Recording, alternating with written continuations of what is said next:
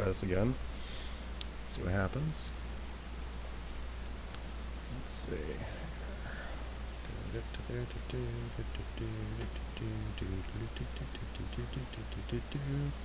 There we go, we are now live. Look at that. How exciting. Alrighty.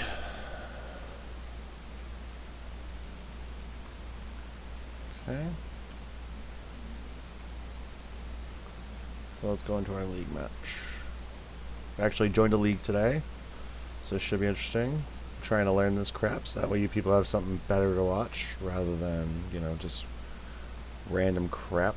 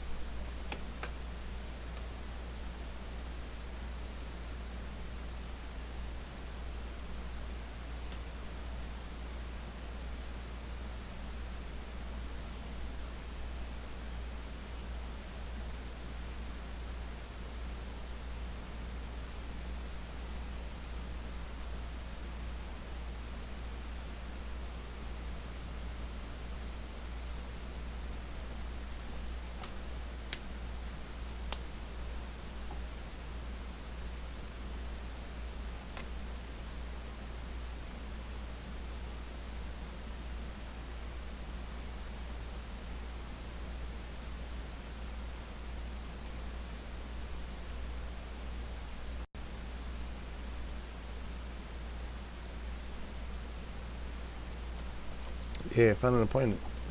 Sweet. I'm so excited. Alright.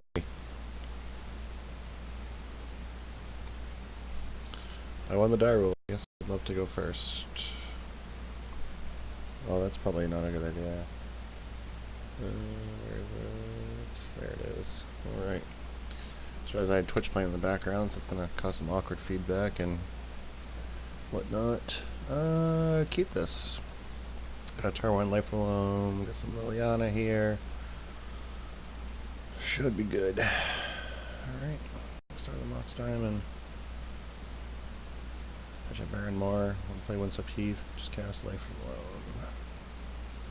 Next turn we'll get Liliana down, and depending on what our opponent's doing, we should hopefully be far enough ahead. Discard that Baron more.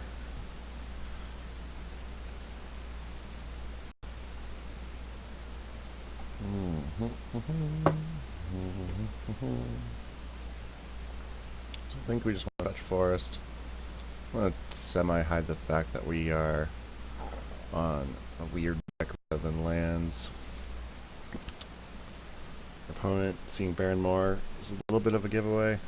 Normally lands would just play Tranquil Thicket if anything, but perhaps we can confuse our opponent. So we're going to replace the draw Dredge on this life alone, since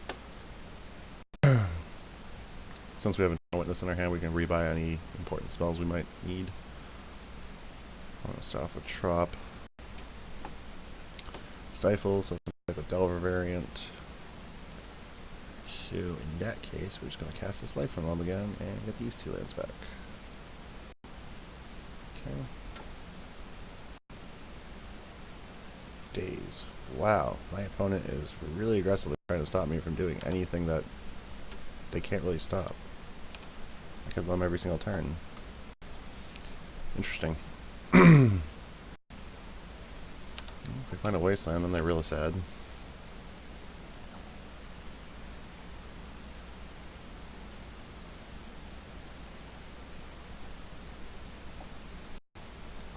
Ponder, ponder, ponder, pondering their thoughts.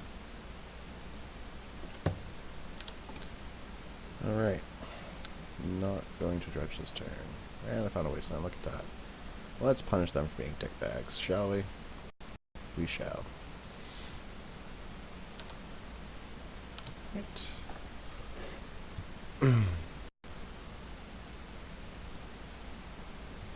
Whoops.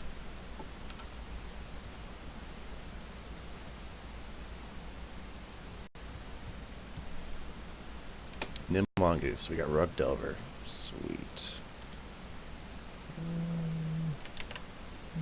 Let's try and cycle this good step, see what we draw. Hopefully draw like an actual land, so we can just cast Liliana and kill that. Sure. We'll dredge back life from one for the hell of it. What's up, teeth? Let's fetch. We're just gonna grab Bayou and try to get this down to kill the Nimble Mongoose. Otherwise, that is a problem. We can't target it with anything else. Oh, you sad panda. You lost the one threat I can't actually interact with. Alright. Question remains, is this Bug Delver with Stifles, or is this Rug Delver? I'm going to have to lean towards Rug Delver. It's more likely to see, but if they don't play Bolt here, we get to keep our Liliana for a couple turns.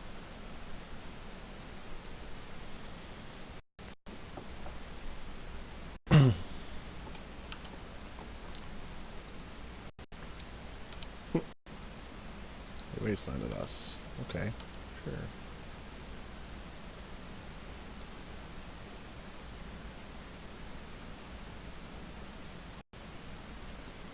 Alright, we're gonna punish them and wasteland them back. Took up this. Let this card burn more since I'm just gonna cast Loam to get it back.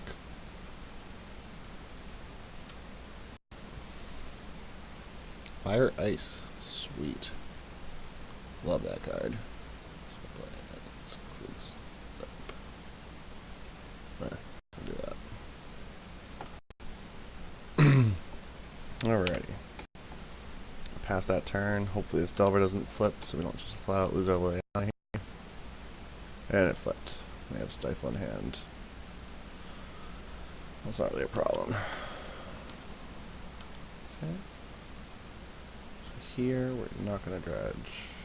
They did not land, so that's good news for us. Right, let's get this Eternal Witness down. Let's get that Swords of Plowshares back so we can beat their Delver in a couple turns. Yes. Gee, do I want to use my Eternal Witness's ability? That's a tough one. I think I might do it. There's a chance I want to do it. Who knows? Hey, they found a land. Sweet. Good for them. Don't care. I think that they're in trouble. I'm thinking we can get them. We are not going to dredge here. I'm just going to take a draw step. Oh boy, that's tempting. So I think here we want to just probably... I think we want to get Astral Slide on board, because that's where the fun really begins. There's nothing more fun than sliding your opponent across the board. I'm gonna Spell Pierce, because that would be fairly obnoxious.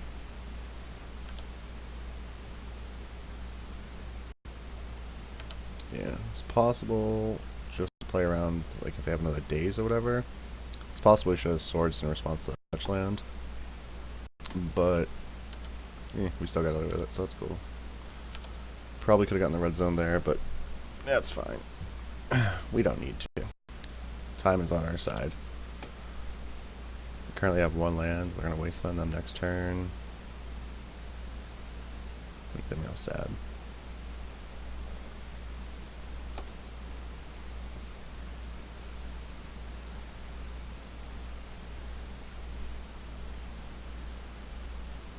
Sure, my opponent's really pissed about playing this matchup currently. Sure that this is not what they particularly anticipated to run into. So we're going to go to combat, attack. They're not going to do anything because they don't have any mana up. And then we are just going to wasteland them and pass turn. We will likely on their end step cycle this clue step so we can draw our actual card. Right now I really just want to find either another Eternal Witness or an Unearth so I can get back in the Eternal Witness at some point. So I really want to get this engine running again. Look, Simon's a pretty good draw. I think that if I'm going to do that though, I'm going to have to get my life from home back first with that. Let's do the loam. This way we can play a land and play the Mox Diamond. Definitely going to get back a Wasteland. We want to cycle some more to continue getting some draw steps. So we get back Wasteland, cycle land, and Bayou. So Bayou's going to be a land drop. Mox Diamond's going to come down off of pitching a Wasteland. And then we're going to combat. And now we have Abrupt Decay and Swords of Plowshares up.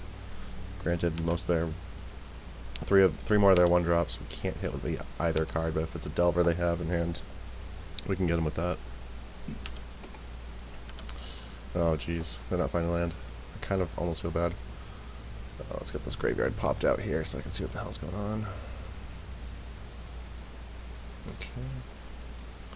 Alright, now we get another Astral Slide, so this is good. They could have Force. If they do, that's going to be sad. If they don't have Force, oh, we're good. We are just Jim Dandy with all the banana and ice cream and walnuts or peanuts, whatever you prefer. This is just great. I'm excited now. This is where the fun really begins. So we get our Astral Slide, we're going to target our Eternal Witness, and my Stooped. Can't blame them. It's probably not a great matchup. There's not a whole lot I think is any better than what I'm currently running.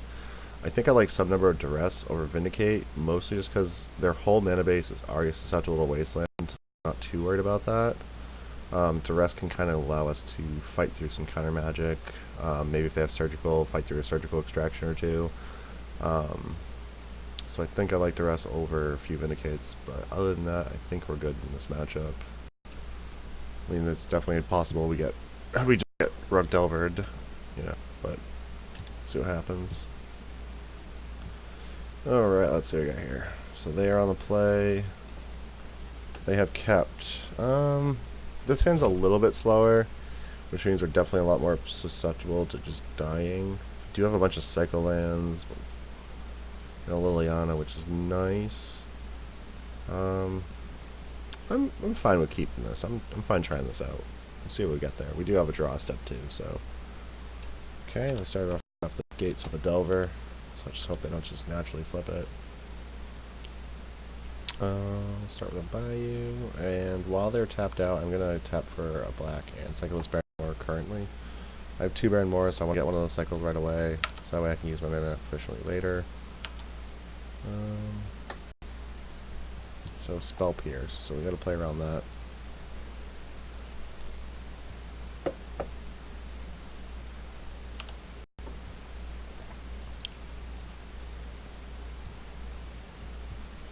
Alright, Nimble Mongoose. That becomes a little more tragic. I think first we're going to cycle Tranquil Thicket. See what we draw into. Okay, Plains, not going to do it. I'm fine with using a Wasteland if they fetch at my end step to try and nab their Tropical Island. I'd rather do it when they don't have the potential for mana available, so if they have Stifle, they can't protect their mana base. Yeah, we'll see how this goes. This hand's definitely a little bit slower than I'd like to generally keep against Delver. And we have not drawn particularly well either. And they are really flooded. That's why they kept the hand. So we have a Duress. We don't particularly have a Liliana slap yet. So we're going to continue this, we're going to continue cycling. See what we draw. On there. So that's good if we find an Eternal Witness that they want to counter. We'll wait until their end step to cycle another card. And I think we're going to want to try and get... We're going to try and get a few more lands down before we commit to this Liliana. Hopefully we can draw something a little more relevant in a turn or two. Definitely want to cycle this on their turn. If they do have the Stifle and they really want to stifle it, they can do it when we have... They can do it on their turn, so they don't have mana up still. Mox Diamond's a decent draw. We did need an additional black source. I'm going to try and resolve a Living Wish here, see if they let it go through. If they do, I think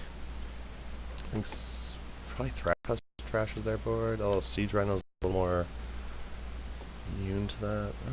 Alright, so they're just forced. They have 3 cards in hand. Liliana's not great here, but I do have 2, so if I can go away with 1, hopefully I can go away with the second one. And just kill both their creatures one after another.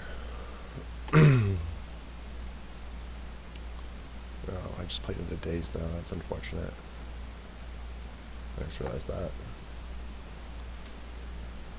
Yeah, there it is. There's the Daze. Okay, so we're not going to pay for Daze, obviously. Thank you, MTGO, for offering, but I don't have mana available. Alrighty. We're having some trouble right now. This is not a good keep in the hindsight. Nimble Mongoose is still not loose though, so that's sweet. That's good. There's something up top. I can't picture what we could draw here. Maybe... Alright, so if we draw Swords to the Plowshares, we can Swords to Delver, Liliana the Mongoose. That's not what we drew though. I'm not sure Archfiend of Ifnir is even going to resolve. But we have to try it, so let's go here. Some Archfiend to see if that works. It would have been terrible if I cycled it. So this can block and kill a Delver. If they can't get Threshold, even 1 card cycle just kills the Mongoose. So this will be really good for us if we can resolve this. Hope and Brainstorm doesn't find them any pieces of candy though. Piece of the candy obviously isn't Daze, Force of Will. That's pretty much everything they have that would actually matter. They might have the Dismember, because I know Rugboard generally runs 1 or 2. So hopefully they don't have any further responses, but it looks like... Yep, cool. Let's see. That resolves, so we can block either card, and if they have Bolt, they're going to kill my Archfiend. Delbolt just kills us anyways, if that's what they have. We're going to block. They might Bolt my Archfiend to kill it, which I think I'm fine with, because they didn't counter the Archfiend, so chances are they don't have counter for Liliana, which means we can just drop a Liliana and then make them sacrifice the Nimble Mongoose, which is fine with me. Ooh, they had Fire. Nice. I love that card so much. It's a shame it's just not a better card. It's not great, but it's something they have. So let's see. So if I fetch, I'm 1 bolt away from dying. I'm going to Wasteland them now on their open mana, because I don't want to get stifled and blown out by this. So I'm going to go right through combat. And then we're going to drop Liliana and try to get rid of this Mongoose. Hopefully they don't just got it. Okay, so that worked. That's awesome. So if we fetch, we're just dead to Bolt, so I don't think we can fetch here. Really need some good top deck. This is not good. Alright, come on, something good. Earth is not what the doctor ordered at all. I'm gonna have to rest them, see what the hell is going on over there. I'm not sure what exactly they got. I'm thinking they might have a surgical if they boarded into them. So they've double stifled, double spell pierce. None of that I particularly care about. I have plenty of mana for the spell pierces, but the stifles are a little obnoxious. No, stop passing. Don't do it. There we go. Okay. We're going to discard one of these unearths since they're just not really relevant currently. But it would be nice to unearth it. Let me see if I can find one. There we go. So what they discard? One of the spell pierce, so their hand is now spell pierce, stifle.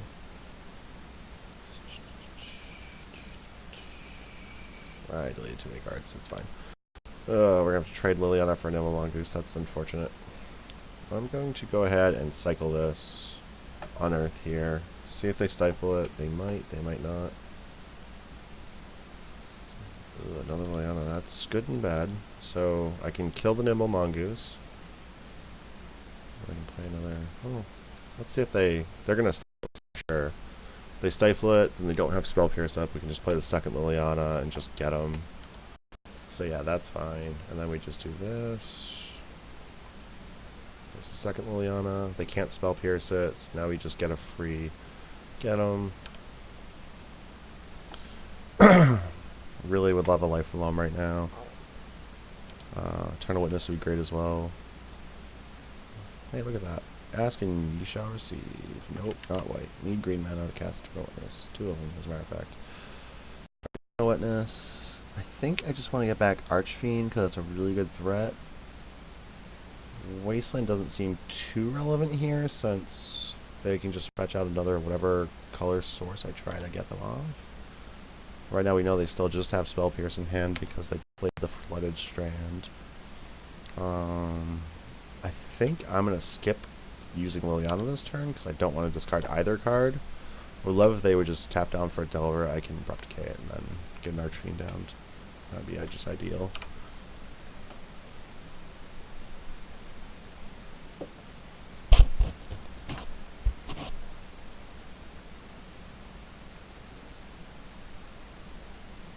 So we know that that's their hand.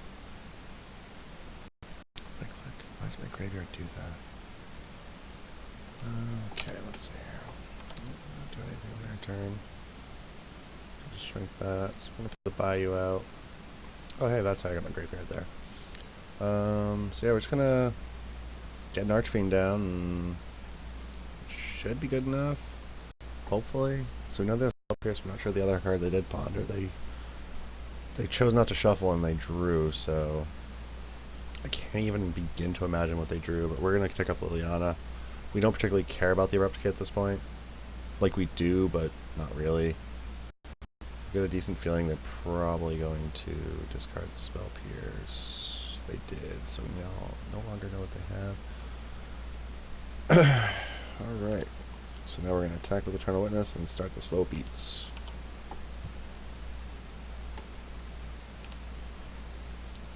I don't know what the hell they could have in hand though. Interesting. Okay, they fetched. Okay. So he apparently liked one card with Ponder, but didn't like 2. Not sure what card they liked with Ponder. Was it? Okay, it's a fire. It's targeting me. I'm assuming it's getting redirected. No, it isn't. Huh. So they're just hoping they top deck one of 4 volts and they top deck the Flood and Strand instead. That's sad.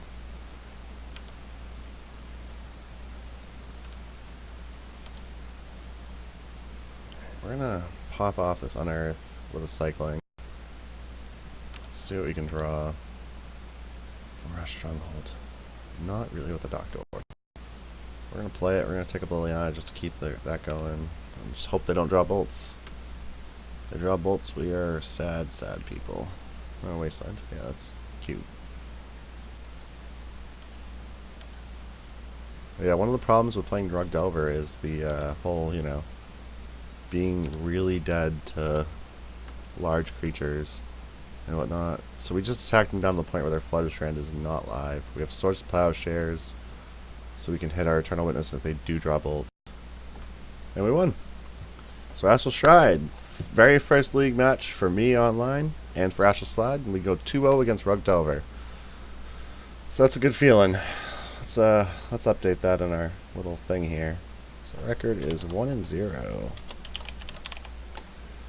We're going to update the text. There we go. Oh, we definitely had a couple punts there. So we're going to go with a punt count of 2. And we'll do that. Let's play our next league match. Let's see how this goes.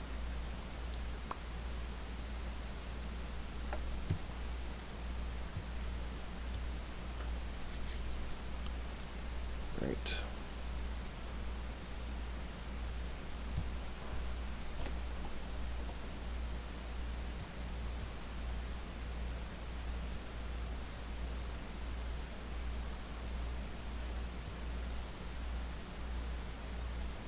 Wait, that says I won 2-0. What do I recall losing a game? Oh no, I know I did close out, didn't I? Jesus, I don't know how I did that. I won the die roll with hefty too. Hey, look at that! Awesome. I'll definitely play first. The hand's relatively safe. Lack of a black source is very unfortunate. Lack of any real action is kind of unfortunate. I'm tempted to mulligan, but I also don't think I can. I think I'm going to keep it. I'm going to try and give off the idea that I am playing Death and Taxes and start with the Plains. If they play a threat, I'll try and swords it. They may go for it and play around things that don't exist, and then I can just get them.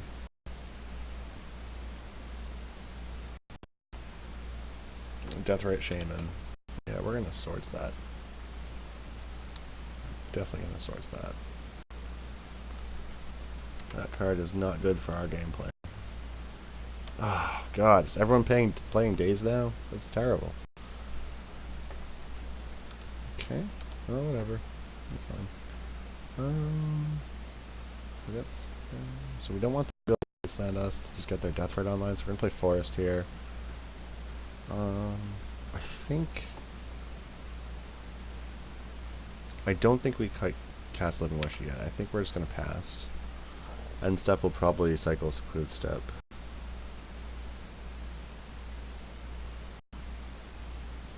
And they're probing us. Let's see. Yeah, I mean, that's fine. You can look at the hand. Whatever.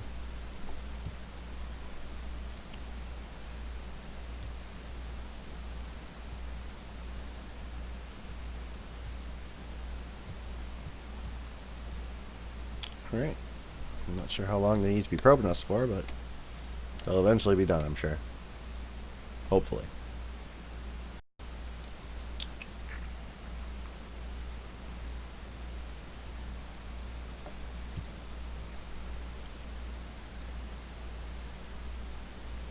It's a Delver.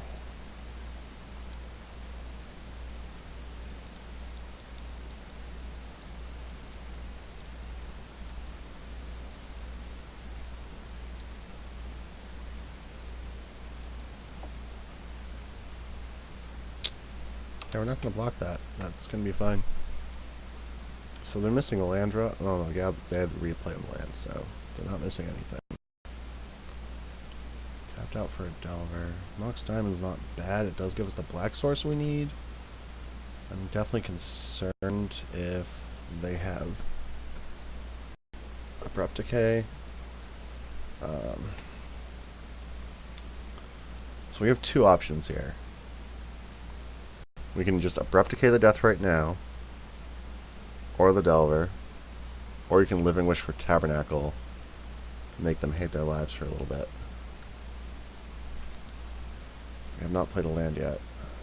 I actually think we want a Living Wish, but not for a Tabernacle. I think we want a Living Wish for like a decent creature. I think it's going to be a Siege Rhino. I don't think this deck can beat a Siege Rhino. I guess Fatal Push is still an option. Nope. Oh wait, we need black. There we go. We're going to Abrupt Decay the Death Right, so we want to keep our graveyard. We can race a Delver, so I'm not too worried about that.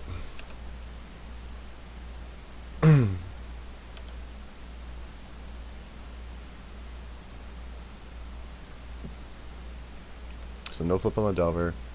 They didn't force Living Wish, so I'm wondering if they're just curious.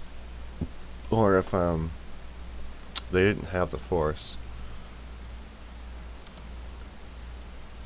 They're casting a Ponder though, so it means it increases their chance of finding it. They're probably also going to try and zap the Delver though, so see what happens. So they got basic Swamp in this deck, that's odd. There goes our Siege Rhino. Should have gotten something else maybe. Yeah. Good for you, buddy. Sometimes I wish Unearth was Reanimate. So we can Wasteland them, keep them off whatever the hell they're trying to do. Really particularly advancing our board state, which is the unfortunate part of that.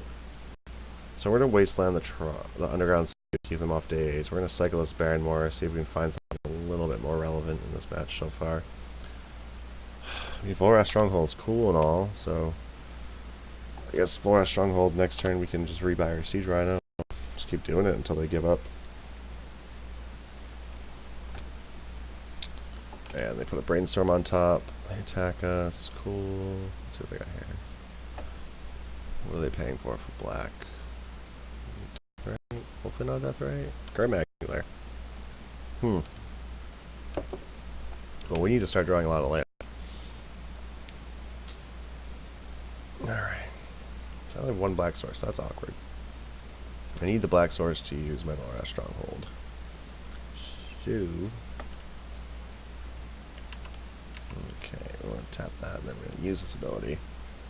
Put that Siege Rhino on top. And call that a day for our turn.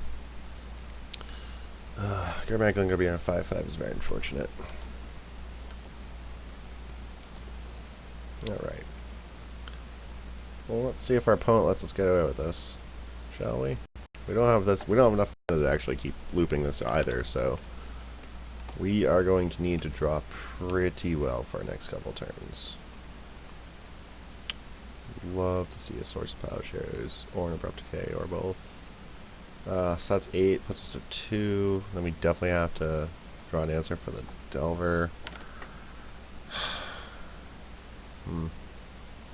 I think we take one hit because it's not really relevant if we continue on to do this fight.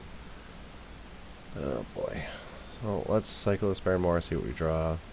Draw any form of removal that we can get rid of the Delver with. And keep us alive for a bit. Eternal Witness can rebuy Swords of Plowshares. Alright, so we're going to do that. Eternal Witness also chump block the Gurmag Angler. If I could have slightly tapped differently, I could have just gotten the Abrupt Decay back and guaranteed the Delver killed. I don't know if my opponent's waiting because they're confused. No, they're waiting because they're casting Force of Will. Alright, so that's the first game. We're going to concede this. That was a really good start for our opponent.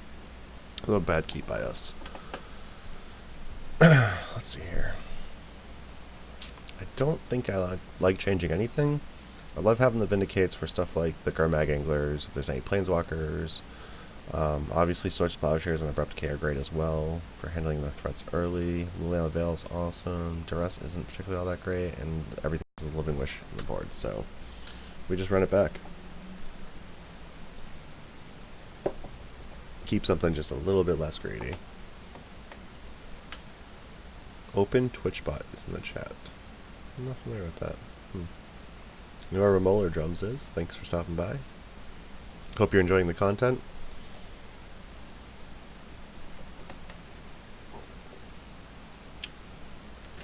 So round 1 we were able to beat Rug Delver. And that was our first round in a league ever. So that was kind of nice. Draws were a little awkward. Their draw was pretty regular for Delver.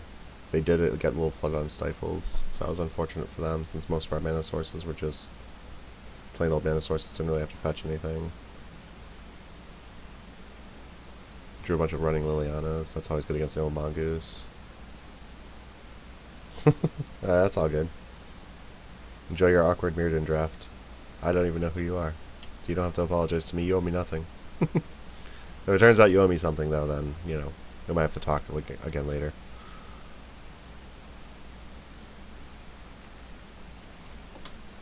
Awkward Mirrodin draft. Oh, man. I remember Mirrodin drafts back in the day. Those were a lot of fun. I like the modular deck the best. Especially if you got like a Disciple of the Vault and like some random way to like a Glimmer Void to like make black to make all the colors so you can run like Disciple, Thoughtcast, or whatever. It was great. I guess I would love to play first. I'm Chigio, thanks for asking. This hand's pretty quick. Not perfect, but 3 times Mirrodin. Oof, Mirrodin's delightful. So what was a Mirrodin? Imprint. Affinity. Yeah, you still get a pretty fun Affinity deck. What was that? 5th Dawn for Ravager and modular cards. Yeah, I'm gonna keep this hand. Let's see. So I didn't see Wasteland out of them, but I also don't want to tempt the fate So I'm going to fetch a basic swamp here. And I'm going to use Mox Diamond, pitching Windswept Heath. And I'm just going to go ahead and cast Living Wish now. Maybe. No. Maybe this hand's a little more sketchy than I was giving it credit for.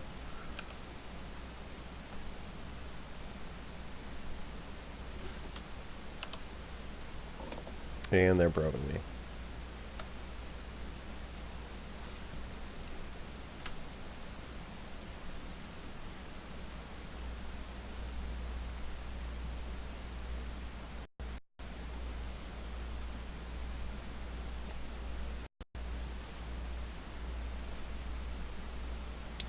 Turn 1 Forest, Death Ray.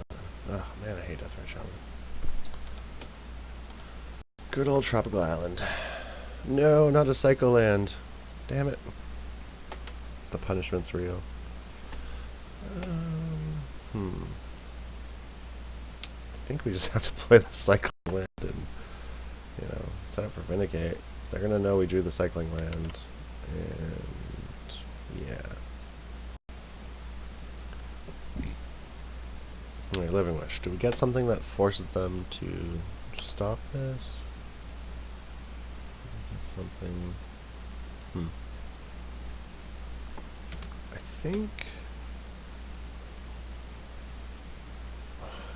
think we just get Tabernacle. I think that's correct.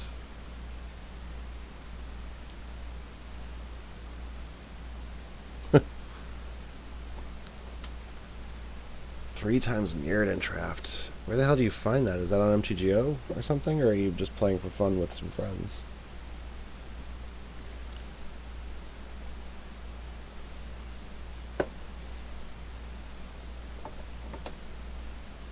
I have a new follower. Yeah, it's on Moto. That seems sweet. I should really get more familiar with a lot of things on Moto, because honestly, I didn't even really know how to join a league when I first started this, so it's been quite the interesting ride for me. It hasn't been very pretty either, so there is that as well. So we got Bug Delver as our current opponent. First round was Rogue Delver. Had a really good game too. They started off with a quick Delver, Secrets, and Nimble Mongoose. We were able to chain Lilianas into killing both creatures. And Abrupt Decay is the greatest thing I could ever ask for and ever deserve. So I'm going to kill that Death right off the bat because I don't like it. I like my graveyard where it is, though. Yeah, MTG is weird. When I first started it, it was like... So I found out 12 posts was like $180. And it's like basically the 12 post version I run. So I was super excited, went ahead and built it online. And maybe 2 or 3 games, I completely and utterly forgot to play lands on my turns. Like instead of hitting, so for me, my shortcuts are like OK is 1, pass until response is 2, which I'm sure you can see on the screen. But yeah, I just completely and utterly went a few times and just passed turn without playing lands. The variant of 12 posts I play is actually green-white. The splash of white is for stuff like I play. Hold on 1 second. Let me just blow this. What'd they flip again? They flipped Inquisition. Do I want to blow up their Delver? I think I do. Delver needs to die. I don't like Delver there. So I play white. I used to have the sideboard of Sanctity, Sacred Ground, and Rest in Peace. I removed the Leyline of Sanctities because generally in 12 posts, one of your worst matchups with like the mono green variant or the green white variant is one of your worst matchup is probably just any type of combo really, and then Leyline you need in your opening hand because you're not going to ever cast it. Like you can get double white and cast it, but you don't have enough turns to do that. So rather than play around with that, I decided to drop the white or drop the Leylines. I actually ended up dropping the rest piece because I had surgicals. Because Black Red Anime are starting to be popular.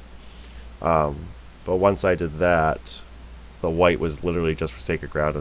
Sacred Ground just makes Sacred Ground makes the lands matchup hilariously easy. So like a lot of 12 post variants, like with the Ghost Quarters and the Wastelands, they just crumble. But because we have Sacred Ground plus Pithing Needle, we basically just crap all over lands because we can play a Caracas and say, okay, do what you will. Wasteland at Ghost Quarter, I don't care. It comes back to play. You're really just going away forever. So it's really not a big deal. I like it a lot. Hi, Carandy Cakes. I'm guessing you would be Matt Caranda because Carandy, but if I'm wrong, I'm a jackass and I'm sorry. And I'm smiling. Usually when I stream, I have a camera set up. Today I don't because I realize Kate has it set up with her computer. And she'll be streaming makeup, which requires a lot more, which actually requires you to see her face. So if you all want to see a makeup stream later, so that's going to start at 8:30. If you all want to see that, by all means, you're more than welcome to leave my stream and go watch that at 8:30. I will likely be finishing around then anyways. Alright, back to gameplay for a second. So we got rid of Eternal Witness because we want to be able to cast Archfiend this turn because they just play Garmag Inkler. We just drew Unearth, which is awesome. So we're going to try and get the Archfiend down. We'll have the Unearth for next turn, which will be great. We can cycle it if we wanted to shrink the Garmag Inkler so we don't have to trade Archfiend. And they had days again. That's obnoxious. Alright. Anywho.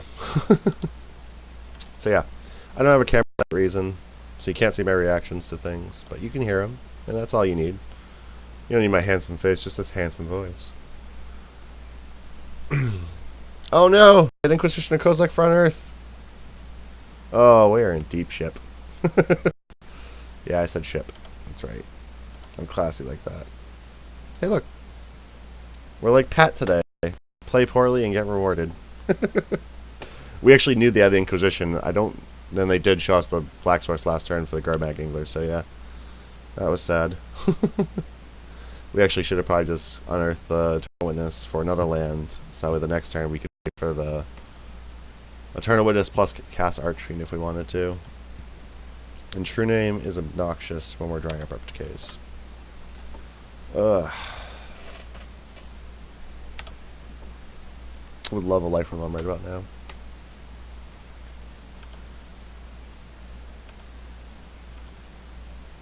Actually, Liliana would be ideal, but, you know, beggars can't be choosers. I don't know if Unearth's really good enough, but we're going to cast it. Target our Eternal Witness. And I think we'd probably just return Trickle Thicket to our hand for another redraw to hopefully draw into Liliana.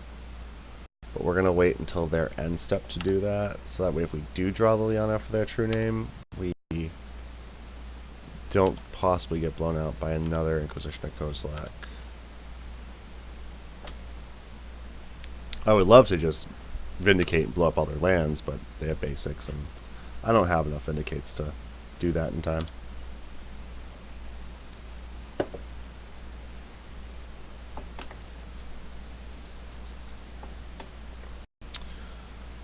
If you're referring to when the Inquisition and took the Unearth, rather than cycle the Unearth, we probably should have just cast it, returning Eternal Witness, returning like a land of some, like a fetch land probably, replay the, play the land, and then next turn, been able to just cast Archfiend and have some additional mana to get that. So we're going to pay for Eternal Witness. I mean, it doesn't really matter either way. I guess this just lets us source plus target if we need to. Yeah, I mean, that's definitely something we can do. We're pretty much in deep crap right now. True Name's a bitch. Ugh. It's my second black source of the Mox Diamond, so I cannot tap that yet. We might just... I need to draw Liliana and have them not have any counter magic. Life Realm's not good enough. So yeah, we did. You know what? Let's get an attack in, why not? You can't just let him go with that. Ooh, you know what? Just for further fun, I'm gonna cast this Life for Loam. Turn a bunch of crap.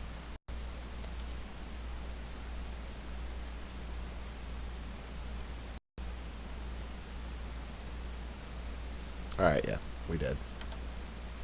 I believe that's the match too. Let's see. Yep, that was that. Damn, now we're 1-1.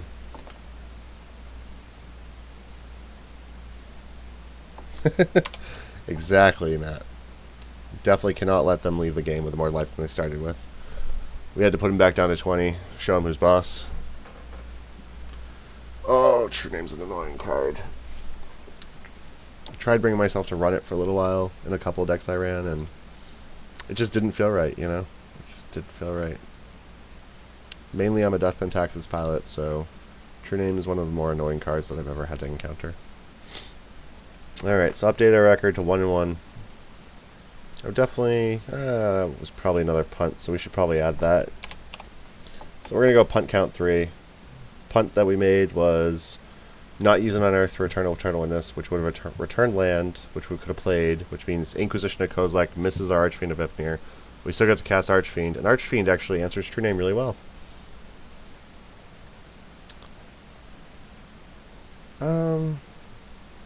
So, in general, the deck is fairly okay against True Name. We have 3 Lilianas. We have a lot of potential to just cycle all their guys to just make them sack it. We have the Archfiend of Ifnir, which completely obliterates True Name generally. Oh, trash keep. No, we're going to mulligan that. This hand's a little awkward, but I think we can keep it. Tournament is on top. Sweet. Perfect. So remind me not to fetch people. So in general, we're not too soft to True Name, but because a lot of 9 of our cards are spot removal, we are a little soft to True Name, which is unfortunate, but it's fine. Don't fetch. Okay, I'll fetch right now. I actually put the Wasteland specifically so I couldn't accidentally fetch. Thanks, appreciate it, bud. I think here we just try and kill the Delver of Secrets. I don't know if we really want to give them a chance to do anything else. But Island Delver of Secrets, that's odd. Not many decks play enough basic islands to have one in the opening hand and then just cast a Delver of Secrets. So that's actually...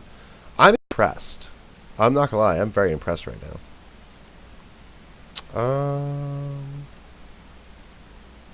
I'm gonna hold on to Living Wish. I'm also going to hold on to the Eternal Witness because we're not really sure if we're going to want to wait and get back just a Tranquil Thicket to continue drawing, or if we're going to want to get back Swords of Plowshares to continue answering threats. And Living Wish, we have no idea what the hell we want to get currently. Blue-Red Delver. Yeah, I mean, Blue-Red's definitely a potential. They definitely run enough islands for that. They run like 2 or 3 islands and like 1 or 2 mountains, something like that. So, it's definitely possible.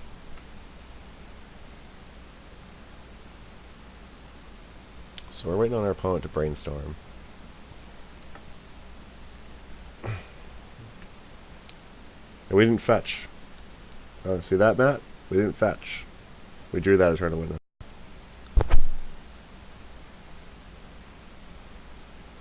So let's see what our opponent does.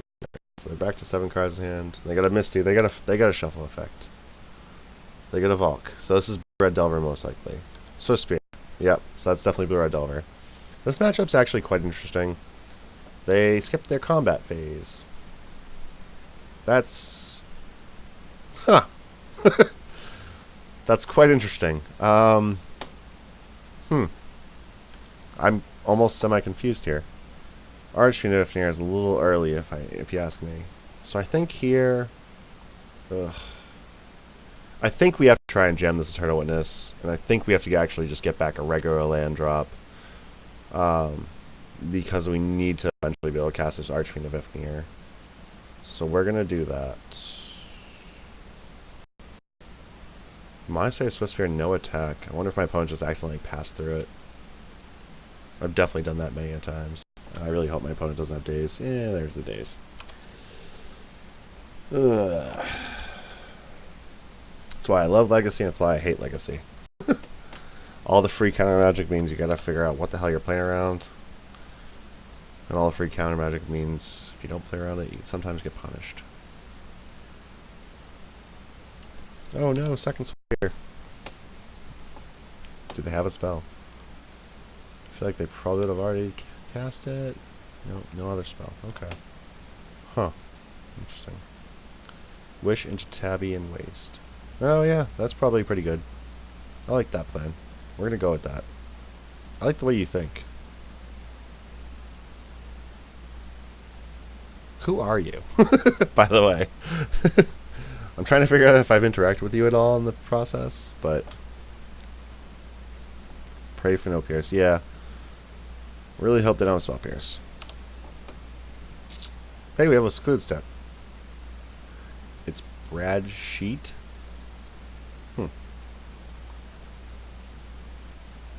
I don't know what it means.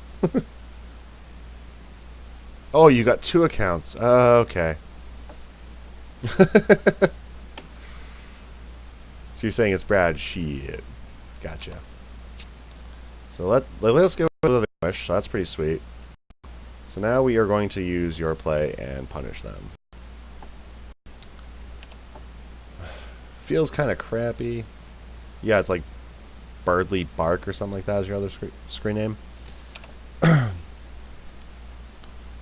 we're going to punish them for not letting us have an Eternal Witness is really the way I'm going to think about it.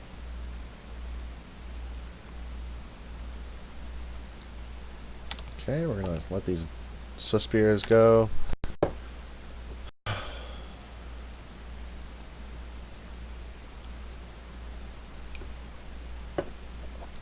They didn't pay for either Swift Spear? That seems kind of loose.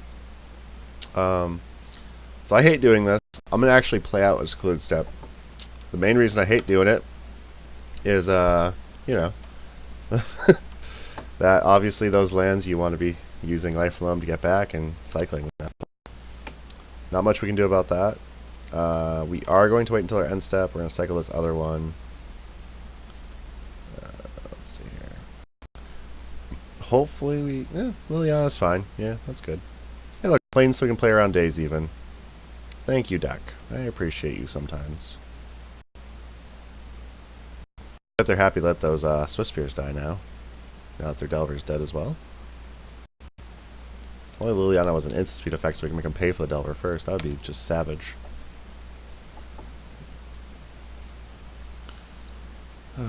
Yay!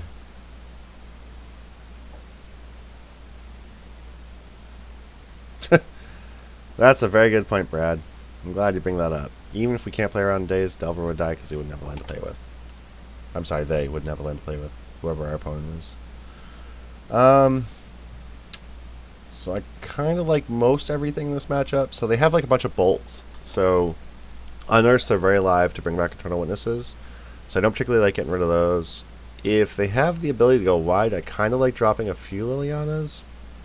None of their creatures are going to be anything we can't interact with. And I like the idea of bringing a few Duress, because we are semi-weak to price progress. So if they're running price, we're going to want to try and nab that early. If they're not running price, they can clear the way for some of our spells. This hand is straight up garbage. We're going to mulligan this. Double Astral Slide, 2 lands, double Living Wish, Archfiend. We're not going to play a turn 1 Trickle Thicket.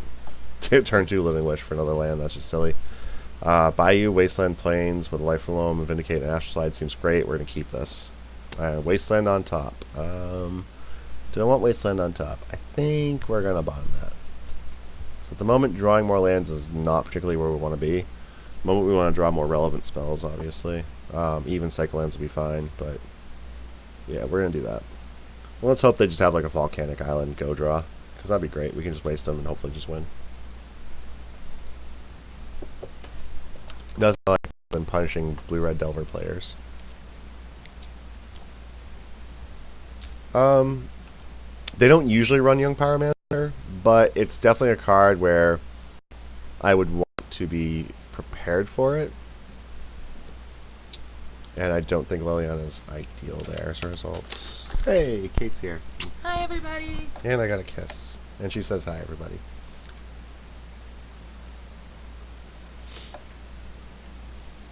Matt Caranda actually joined the stream. Hey, Matt. Yeah, I know, right? I haven't seen him in forever since I've been around Tuesdays. I gotta stop working extra jobs. It's terrible. Brad says hi. How you doing? I'm doing okay. 1-1. Lost against Bug Delver. We're 1-0 against Blue Red Delver currently. Nice. Yeah, not bad start. Crandy Cake says hello. Isn't that the best username ever? That's perfect. Matt Granda, I miss you. Right, give me a kiss. Have fun, guys. Ooh, they fetched another Volk. Wow. Playing dangerous here. I guess we should have kept that second Wasteland. Oh, they didn't flip Delver. I mean, I'm fine with that. It sucks for them. Let's see what we got here. So we just make them really sad by abrupt decaying here.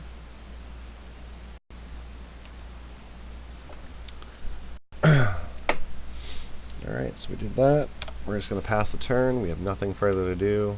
We have nothing we're going to do their turn, so we're just going to set to pass through their turn. I mean, opponent might not be used to this legacy thing. Alright, so I want to get greedy and just go ahead and life alone, but I'm going to have to play land first.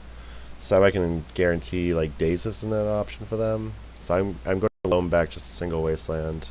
I'll have Wasteland up to kill Volcanic Island next turn, and I'm going to try and Vindicate a basic if they fetch it as well. We're going to try and just get them. And we have Secluded Step up to cycle at the end of the turn. So, I mean, they just walked into that. I help them. If they want to try and Surgical, my life from Loam, after I have mana up, that's their fault, not mine. And yeah, look at that. You just mentioned it. This lets us play on Surgical too, I suppose. Yeah, it does. I feel good. My opponent's probably tilted, but I feel good. That was great. Wow, that was exciting. I've gotten to do that once in paper and never online. That felt really good. Alright. Hi, whoever that Harem Boy is. Good to see you. Good to have you in the stream. That was a lot of fun. I have not gotten to do that online before, and I am so happy and excited right now. Oh boy. That's great. I'm going to go ahead and post that right now while they're fetching and being horrible at life.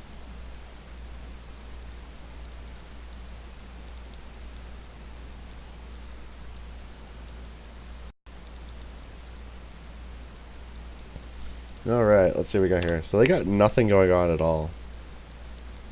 And we have a handful of gas. Oh wait, they got the Delver. Okay.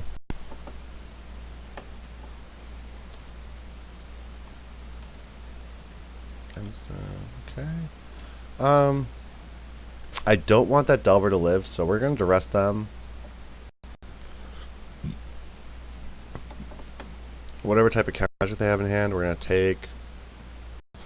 They brought in Smash literally just for our Mox Diamonds, and we have not seen one this game. So we're going to Vindicate the Delver. So they have Force Smash and nothing else. And we have, yay, I love life. Okay. Alright. Let's see what we got going. I think we're really favored to win this match at this point. I would love another green source so I can hold up Tranquil Thicket for my life alone.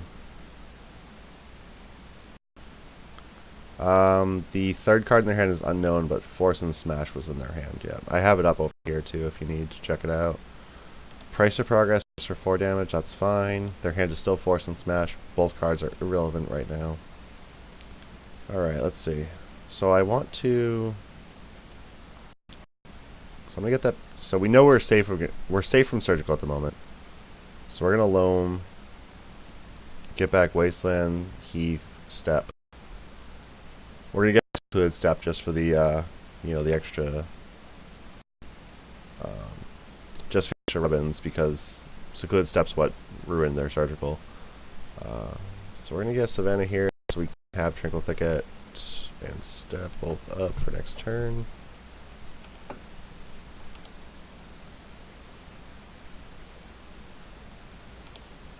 They pretty much need to draw one pop at a time, and then after that they're just dead. I don't think that they actually have enough to work with to kill us at this point.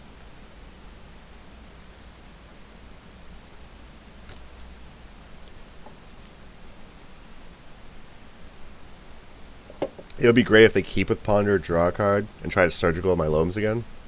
That would be awesome. I am not cycling until I can have at least 2 cycle cards up first, though.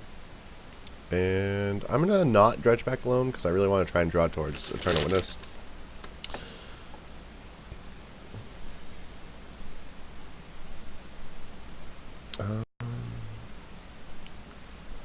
So I don't care about leaving up wasteland currently, but I'm going to start with Astral Slide, because this just basically means every threat they draw is absolutely worthless. They might have drawn blue card to pitch with Force of Will. If they do, then I know they have Smash in hand. I'm fine with that. Smash is pretty much dead right now, and Force, that really doesn't get them anywhere. So we're just gonna pass turn here, and hopefully they just hopefully they brick for a little while. And hopefully we can actually draw something relevant.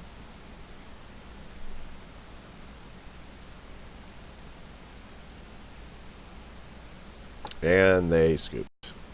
Yes! We are 2-1 with Astral Slide beating Rug Delver, losing to Bug Delver, and beating Blue-Red Delver. So if there's one thing I'm currently learning, leagues are very full of Delver decks. And I have seen 3 different variants thus far. What do I have left? Grixis Delver and Patriot Delver? Patriot Delver I've seen recently in paper, but I haven't seen it online at all. I'm actually quite curious to see if it gets played online at all, and what it looks like if it does. And we found a match, so we're going to join that, see if we win a dice roll. No, we lost this one. Okay.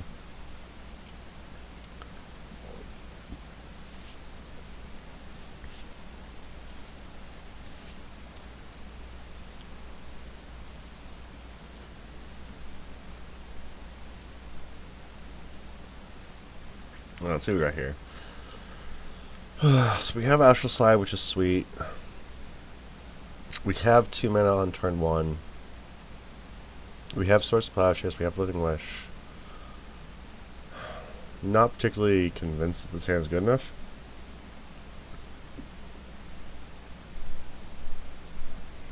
I could see playing Mox Diamond, pitching Secluded Step, playing Winsome Teeth, not cracking it. Drawing a card, see where we get from there, and then playing Forest. I think I'm fine with that.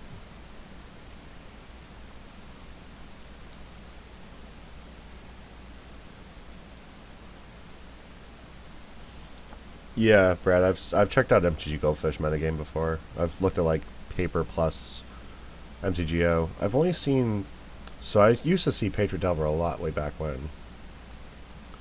That was before Miracles really picked up, because there was no reason to run Patriot Delver if Miracles was available. But I recently saw it from one of our local players, Merritt, who Matt Crandall will definitely know, and actually Brad, you should know him too. He plays with that C once in a while. He played Patriot Delver recently, and I put him on like one of his random like Naya Knight of the Reliquary decks that he generally plays, and I got blown up by Stifle really hard as a result, because I was not anticipating him playing Stifle. It was definitely surprising to see. But yeah, he ended up playing Patriot Colors and Delver of Secrets and running 4 Source Plowshares against my deck, where I can recur from the graveyard but not from play. That's, a little rough.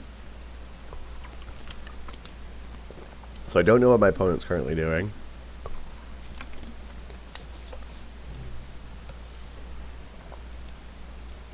Yeah, Merritt's huge on the basic planes in any deck he runs, it seems like. I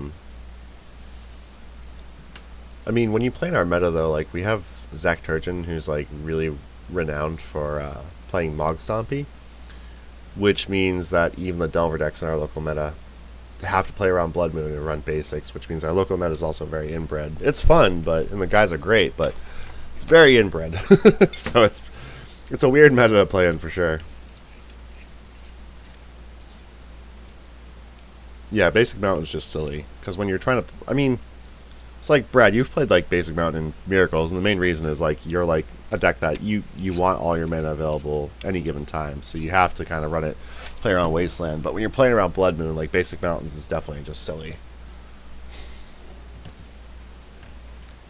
Apparently, my opponent has some huge effects there in his upkeep, and now we're finally onto the game. Perfect.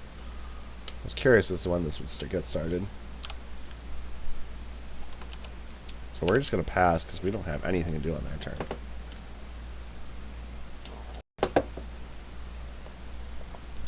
Yeah, Basic Mountain seems absolutely miserable in Miracles. Alright. So, if I had to guess, we're playing against Bug Delver again.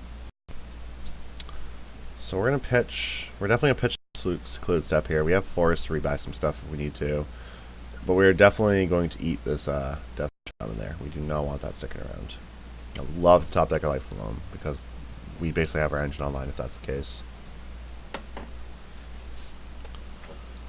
They're forcing. We played around days, we got forced. It happens.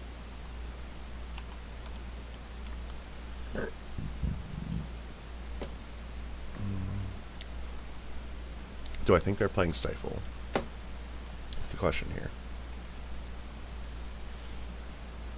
I don't think they're playing Stifle, but I'm going to fetch just to be safe. It's going to be a Bayou because we're going to need like a second black source to be safe. We're going to need more green possibly. We only ever need like one white, so Mox Diamond provides us with that.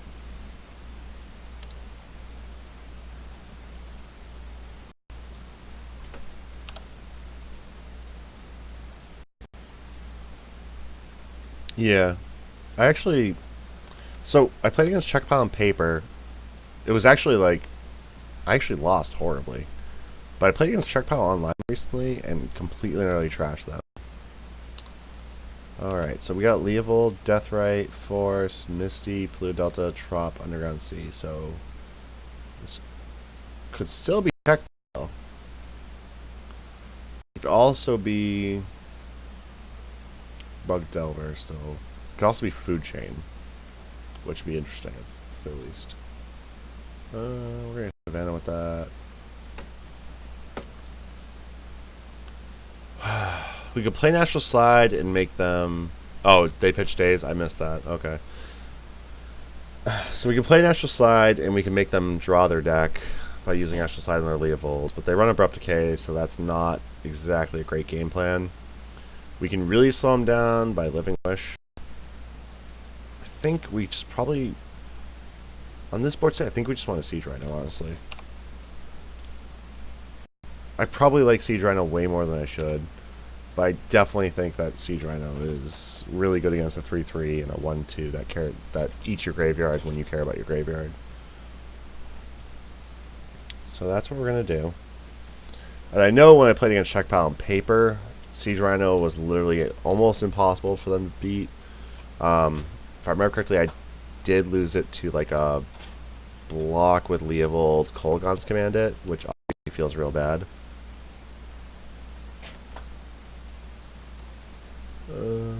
No, we definitely don't. I'm just going to probably jam Siege Rhino on my turn and hope they don't just have like whatever.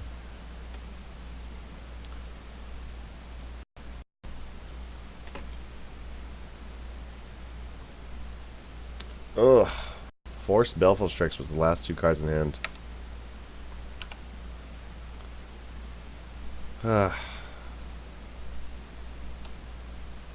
So 8 Source Plowshares. I don't think we can play Triangle Psychic, so we're going to need to Astral Slide and Eternal Witness.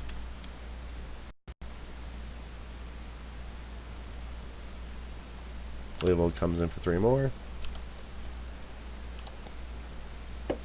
So they played Bayou this turn. So they have 0 cards in hand. Well, this Abrupt Decay just kind of has to think it just has to hit Leovold, right? That sucks. Really want my Siege Rhino back.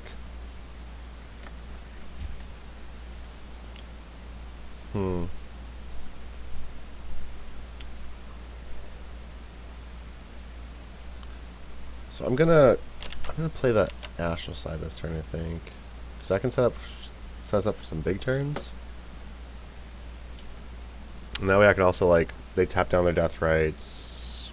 I Abrupt Decay, Eternal Witness comes back, eats a death right, like, gets the Abrupt Decay back. And I can hopefully play around something like that. Okay.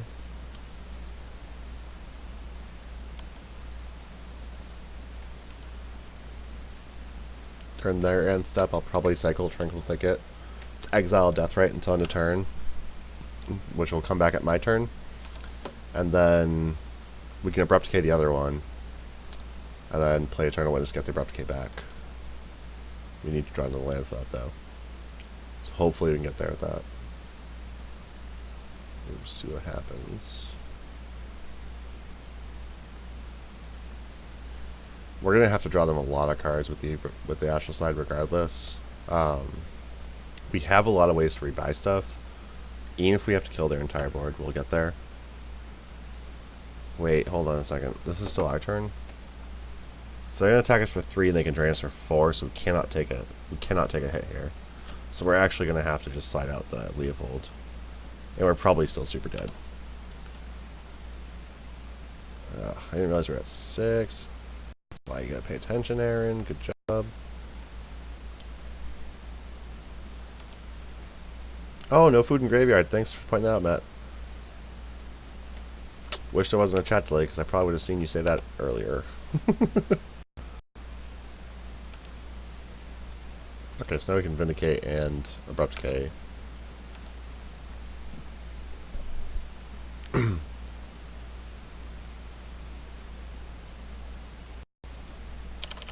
My opponent said sweet to me. And then they... Oh no, they're thought seizing me. No!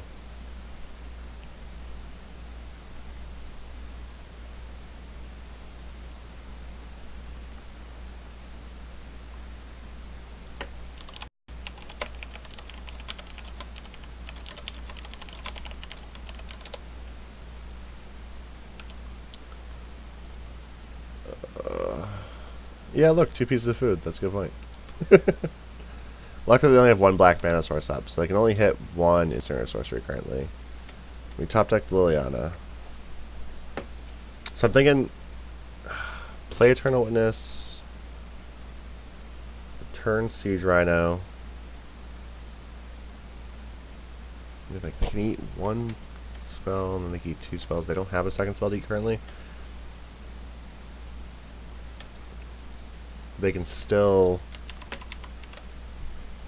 Yeah, we're pretty dead.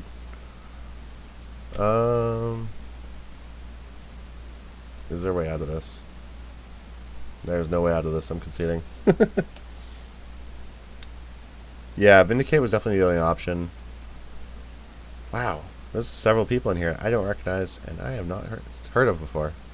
Thanks for stopping by the stream.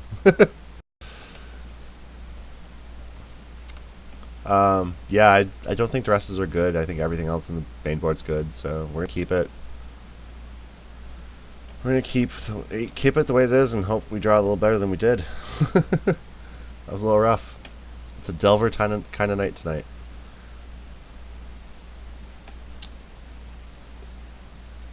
So the Nithonian and HT Fox, thanks for stopping by the stream. Not sure who you both are, but I appreciate the you two checking me out.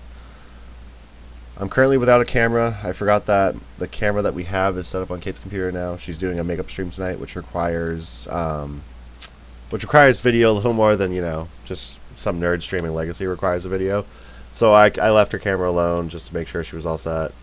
And I have a picture of Astral Slide, which is really all you people need to see. Like, Astral Slide's what we're all here for. Nathan Beaton, then. I know you and I have had some really good games, so, good. Thank you for stopping by. I appreciate it. Korazu, that's what happens when you title your stream Astral Slide. You pique interest. I am glad to see that Astral Side is piquing people's interests. It's been a lot of fun. We're 2-1 right now. We beat Rogue Delver. We beat Blue Red Delver. We lost to a Bug Delver already. It looks like we're against another Bug Delver, so hopefully we can get there. This is my first league, actually. This is our 4th round. So far, it's going pretty good. We have a few punts so far, as you can see from the punt counter I've included. That's a little bit of a shout out to a fellow Pat Uglow, who does the Leaving Legacy podcast, and one of the, obviously one of the guys that's on the Leaving Legacy page. His nickname is Punt Uglow, for a little bit of retrospect. But I've named it the Punt Count, but usually it's named the Pat Count. I'm just trying to be a little nicer. Yeah, Nathan, I use streamer very loosely. That's correct. That's right. You're right. All right. So our opponent's leading off with Deathrite. A little unfortunate, but we have answers. We have the ability to take care of that. So let's see what we got going. So the hand I kept, because it has an Astral Slide, it has a Vindicate, it has plenty of land. Granted, so like there's the Swords of Plowshares. We're going to try to resolve that now.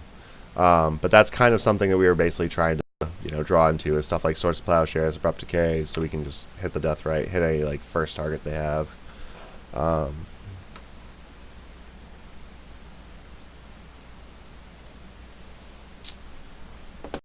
that worked out, and we'll see what our opponent has to do. We have nothing to do on their turn. They wastelanded us. That's unfortunate.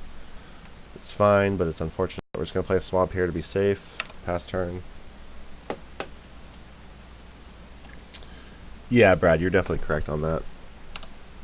I mean, that game was just pretty quick on their part with the double Deathrite and Leovold. We didn't have time to do much of anything.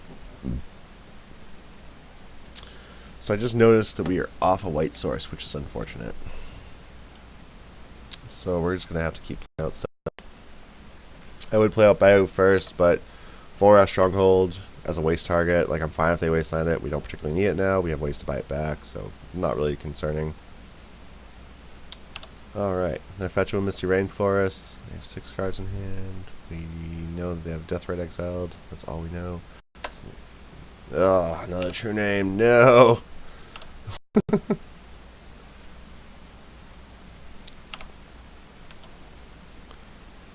Oh boy. Oh, true name Nemesis. Alright, we'll low white source, since we obviously need it so bad. We'll start with the Verdant Catacombs, and while we're tapped out, we're going to fetch to be safe. Savannah, and pass turn. Yeah, 4 white cards, a little awkward. It's actually white side, pretty much the lowest part of our deck. Oh! This isn't a Delver deck, this is the Bug Leovold deck that Reed Duke is probably running. It's got Noble Hierarchs, it's got Days, it's got Force, yeah. So yeah, that's probably what we're up against. I didn't actually put 2 and 2 together on that earlier when I don't believe we saw Delver yet against this opponent, did we? We saw Deathrites, we saw Baleful Strix, we saw True Name, we saw Noble Hierarchs, so I wonder if this is basically that Reed Duke's list.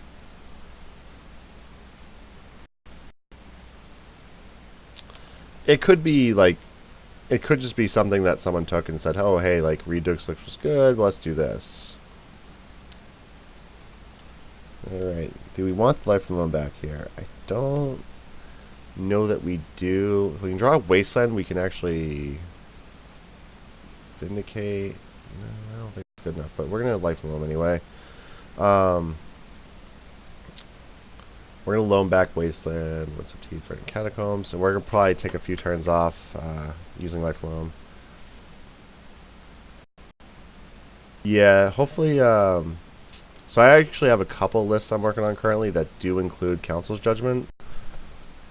And I got to include some Council's Judgment because, so True Name's not generally a huge issue. We have Archfiend of Ifnir, we have a lot of ways to just hit lands and whatnot. But we also have Tabernacle, we have like stuff like Archfiend of Ifnir. So we have a lot of ways of actually killing a True Name on board. We also have 3 Lilianas.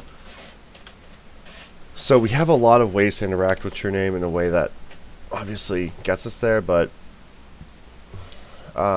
Council's Judgment is definitely something to consider. It could take the spot of a Vindicate. As much as I've liked destroying basics, having the 3 Vindicates main board, Council's Judgment is definitely a consideration.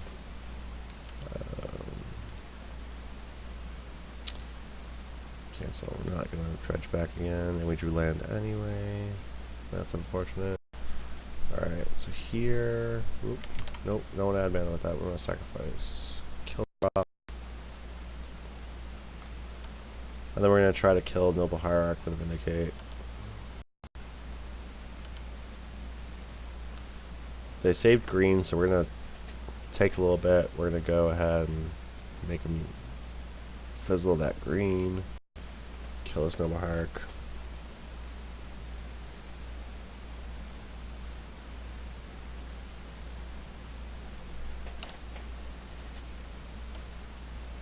Why is my opponent saving green so much? Am I missing something? Or are they just trying to fuck with me? They might just be trying to mess with me.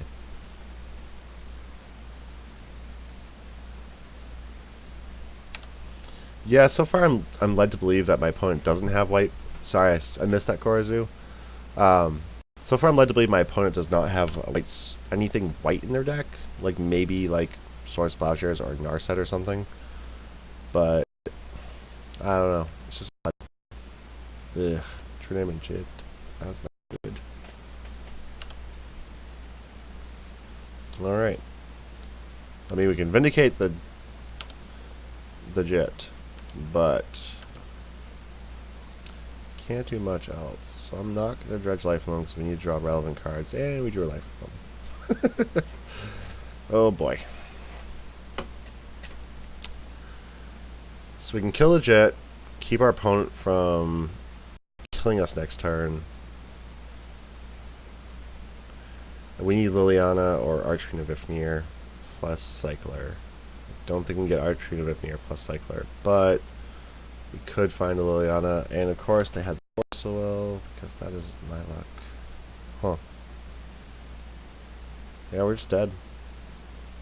I'm just going to good game my opponent and accept my 2-2.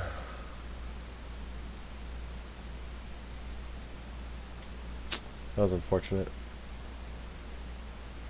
So yeah, that draw was a little rough. Not dredging Lifelong and drawing Lifelong was a little bit tilting, but overall not really a big deal. So we're going to try out this last round in the league, and then we're probably going to call it a night.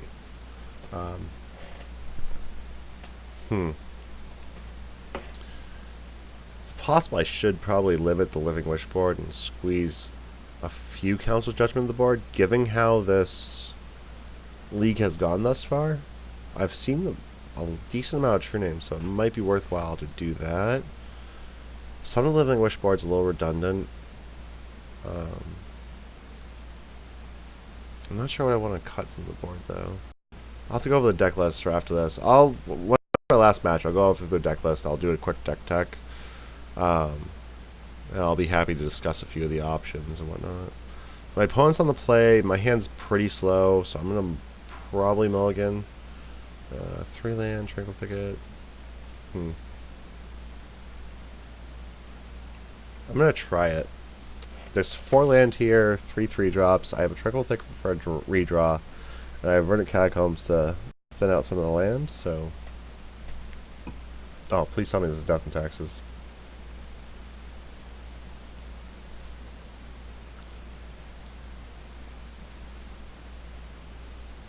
My experience with Death and Taxes has been great. Archfiend of Ifnir makes this matchup hilarious. If you thought Dread Knight against Death and Taxes was good, wait to see Archfiend of Ifnir against Death and Taxes. It's delicious.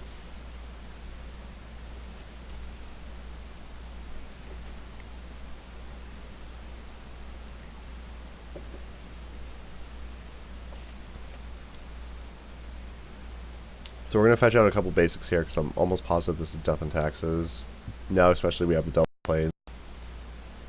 Phyrexian Invoker doesn't matter at the moment. Death and Taxes is so expensive just because of port. Yeah. Port's really expensive online. I love my opponent named Deathrite Shaman when we don't run a single Deathrite Shaman. That's kind of hilarious. We're going to fetch out Forest here and cycle. Next turn we're going to fetch out probably basic Swamp and cycle. So that way we keep ourselves a little safer against Wasteland.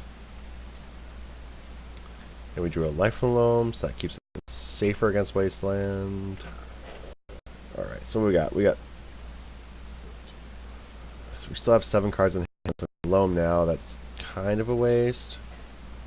Yeah, because we're just literally going to exchange Loam for other cards. We don't want to let them see where we are on Loam yet, so we're going to wait. Yeah, once we reveal the Swamp, I don't think they think we're on lands anymore. But I mean, we'll see what happens, I guess. So using Port, playing Stoneforge Mystic, it's fine. If they get Barret Skull, we're going to Vindicate their Stoneforge Mystic next turn. So keep loaming is a little bit here or there. So if we keep loaming and we have to dredge back loam, the only issue we run into there is we can give away a lot of our game plan. Oh man, if we only had Abrupt Decay too, that'd be great. Swords Plowshares is pretty awesome though. I'm gonna probably Swords the Stoneforge. I'm gonna slow him now.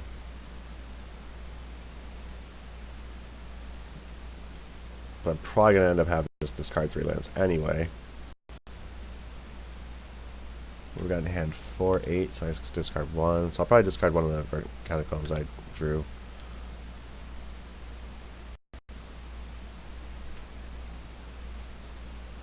Yeah, I mean, black sources in a lands deck isn't unheard of. Like we have, what's his face? Was it David something? I don't remember the guy. Is it David Long that's usually on Jund Lands or whatever?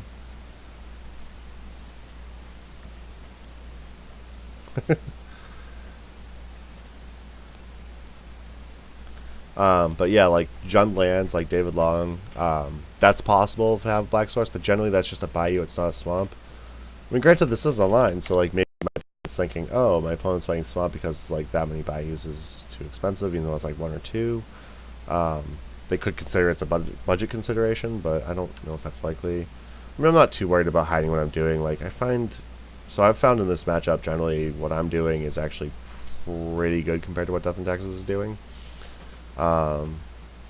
So here, so we have 2 options. We can play the Eternal Witness, buy back the Swords to Plowshares, and then eat the Phyrexian Invoker with the Swords to Plowshares. And then we have Liliana. If they play a creature and try to buy back, if they play a creature and try to buy back, like, or try to equip Sword of War and Peace to keep the creature safe from Swords to Plowshares, we just play Liliana, make them Edict it. So I think we're gonna do that. This way we're putting something that's like pressure on the board. Plus we're completely nerfing what they've played so far, and basically, so I think right now we've basically killed 3 of their turns. We killed the turn they played the Phyrexian Invoker in the first place. We're killing a turn where they're going to play another creature, equip Sword of War and Peace, and we killed a turn where they played the Sword of War and Peace for no reason really.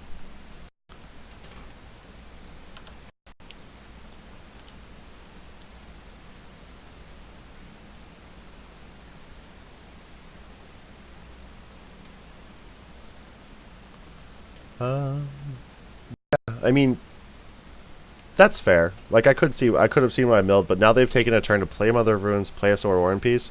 We're gonna play Liliana, make them sack it, and then we just completely ate up their entire turn. Their Wasteland is tapped down. Like I think we're in amazing shape right now.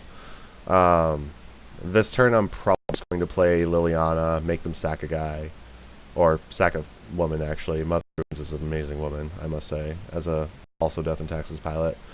Yeah, we're gonna make them real sad, but that's okay. This is an embarrassment of riches. That is 100% accurate for sure. I mean, we're just gonna keep it going. We're gonna cast this Life Alone. We're going to draw some cards. We're going to get some more cards back. We're not actually drawing cards, but it feels like we're drawing cards with a full hand. It feels like running a blue deck. It's great.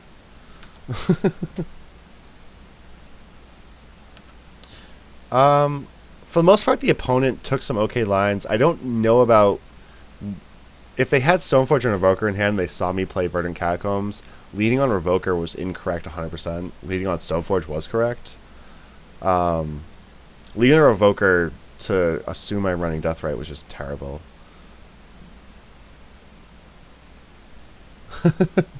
I mean, they have 5 cards in hand. I can't picture tapping for a Mother of Runes, equipping a Sword of War and Peace was correct. Palace Jailer? How rude. We don't really have a way to get the Monarchy from them. So that's going to be real tough for us to beat. That's a lot of card advantage. That is the ugliest Monarch token I've ever seen in my entire life. And I am not an artist, and I drew a crown to represent the Monarch token once. And that was not pretty. But, yeah, just saying. Yeah, so we have to continue drawing cards. I think we want to vindicate the Sword of War and Peace before it can possibly become an issue. And we can just tick up Liliana, discarding a land, play another Liliana. Do we still have a land drop? We do. Play another Liliana to make them sacrifice Palace Jailer.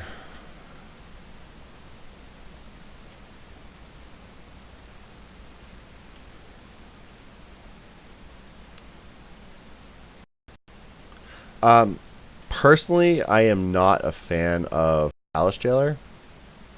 The reason for that is because I've seen enough True Name in my local metas and whatnot where it's really easy to lose Palace Jailer. But yeah, because the Palace Jailer requires you to lose the Monarchy to return the cards to play, it's actually a real big problem for us because we run 5 creatures main board plus 4 Living Wish. So it's a little better than an O-Ring against us. Against a lot of other decks, it's just not great. Personally, on Death and Texas, I hated Palace Jailer, but I know some people's mileage varied. I know some people had a lot of really good luck with it. I didn't, and I hated it.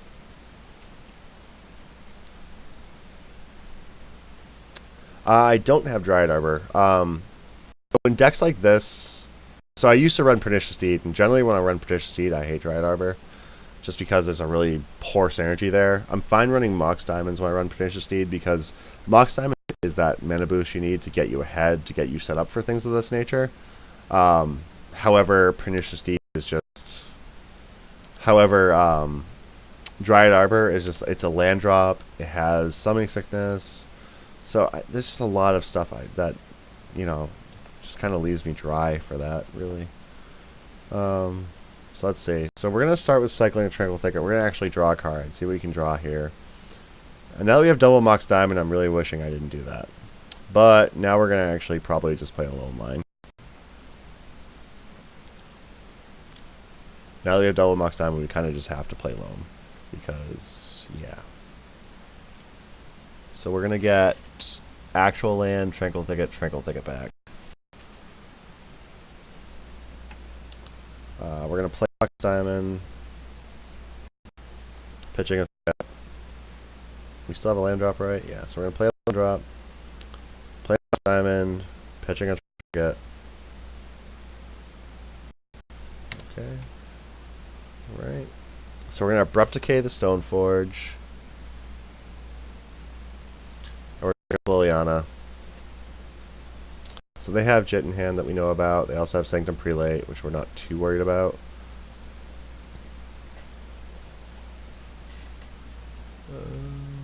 They got Prelate there, I think, to stop Life from Loam and cards like Abrupt Decay and whatnot. I don't think they realize what we're quite doing here. Yeah, it's possible instead of pitching my card draw, I could have cycled again, got back Life from Loam again, cast Life from Loam again. So that way I could just get back 3 lands again and have more of a hand currently. Just wasn't too concerned with that. Sort of Fire Nice is definitely a problem though. Me and Crusader seems real good against the black-green deck, for sure.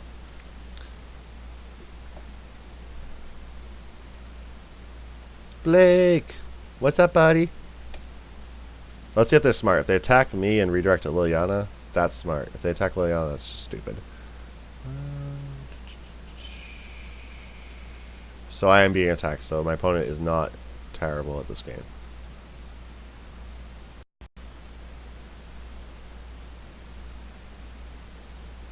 Yeah, I mean, that's fair. That's fair, HG Fox.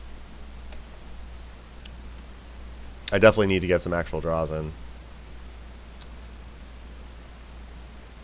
Alright, let's fetch out my last actual fetchable mana source. Right? No, I'm missing a plane still. Ugh. My opponent have the Monarch is really what the problem is here. They're just drawing way too many cards for me to keep up with. Alright, so we're going to cycle this. Hopefully draw into some action. Vindicate, which does answer that creature. Yeah, put the sword on it.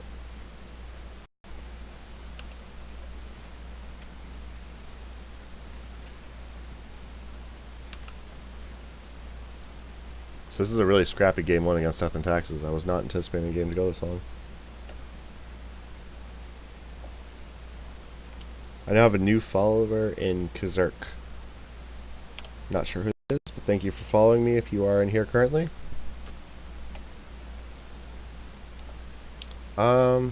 Yeah, Dredging Loam's probably correct.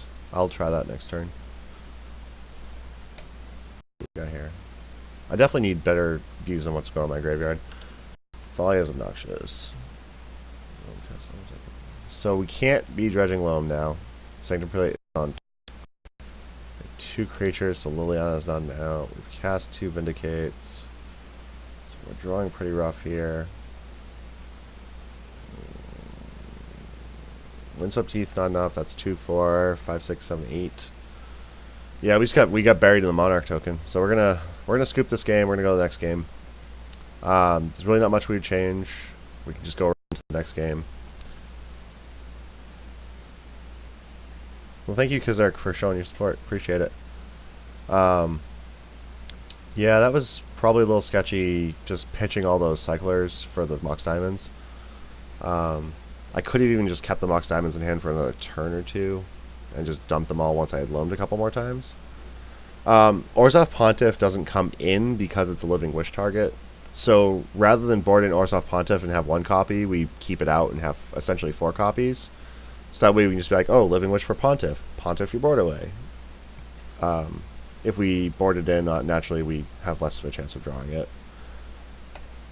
So while we're waiting for our opponent, try and do a quick rundown. So we have like 4 Living Wish because we have a Living Wish board.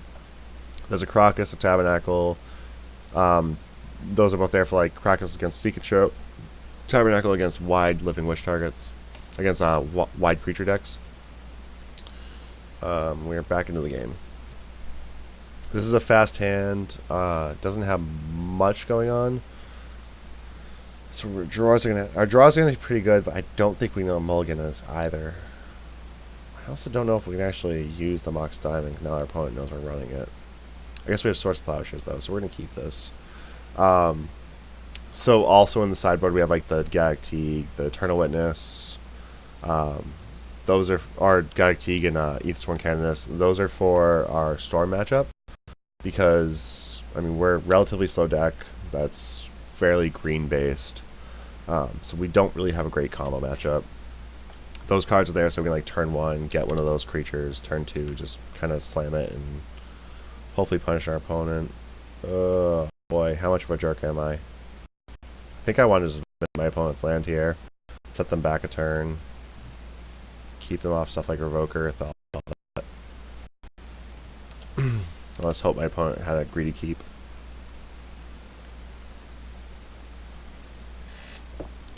Twitch might be having problems.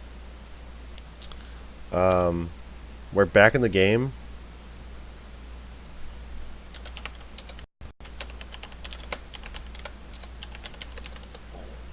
I'm going to type that out to that person since they say they can't hear me. So talking to them is obviously useless. Alright.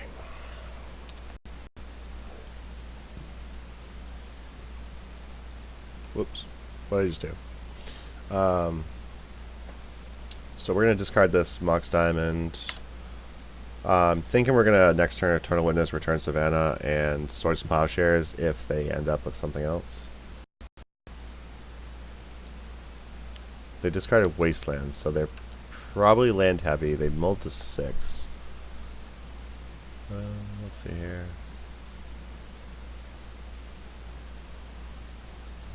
Yeah, that's unfortunate. I'm not sure who's having a problem, but hopefully it squares itself away. Cause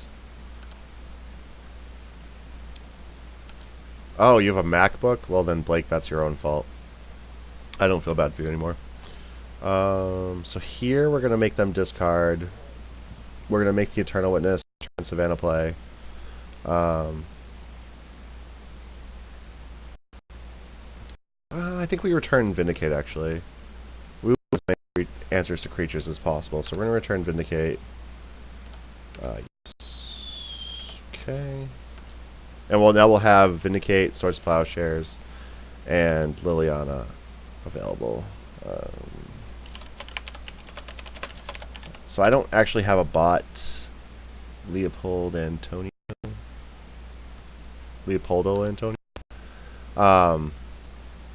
But I will make sure to but I will make sure to post links in the chat for everyone that's curious about what's in the deck list. So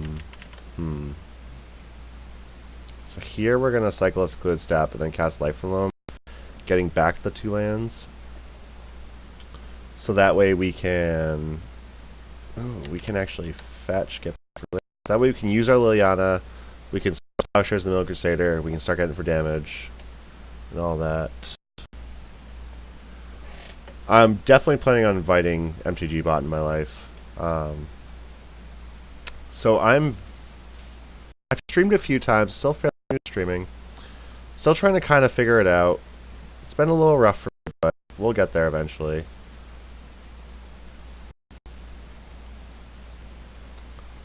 So we're going to discard the... I think we just discard Verdant Catacombs. We don't particularly need to keep fetching. If we want to go really heavy into loam, which I don't think we do currently because we're looking for an Astral Slide, then I think we wouldn't do that, but... because if we discard Savannah, we can fetch, and that's an additional land we can get back, is what I'm trying to get at. So I think from here, I mean, they have 2 cards in hand. We have a Vindicate. Liliana at 3. It seems like we've got pretty solid startup right now. If we were to top deck Astral Slide right now, there's literally 0 way we win this game. Oh, we lose this game. God, I should hope we win this game. We get Astral Slide as well. That would be awful if we lost. So let's see, they have Recruiter God, they have 1 card we don't know about, they discarded a Crocus. What are they getting right now? I do use OBS, yes, that's correct. They got another Mirror Crusader. Which is funny, because if they tap out for Mirror Crusader next turn, we're going to Dredge back Loam, we get Mox Diamond Vindicate, that's great. So we're going to cycle and draw. Draw something cool. Nope, just Astral Slide, that's not that cool. So we're gonna do this. Oh, if we get Palace Jailer again, I'm so pissed. It's just that card we cannot interact with whatsoever. I would love to have a Wasteland right now to keep them off Cavernous Souls. I don't think we offer the trade here. I don't think we particularly... Maybe we do. We'll offer the trade, I think. This way if we draw like an Unearth or something, we can actually just cast it. Get back Eternal Witness for 1 mana, which is fine. Buy back like Vindicate or Mox Diamond or whatever.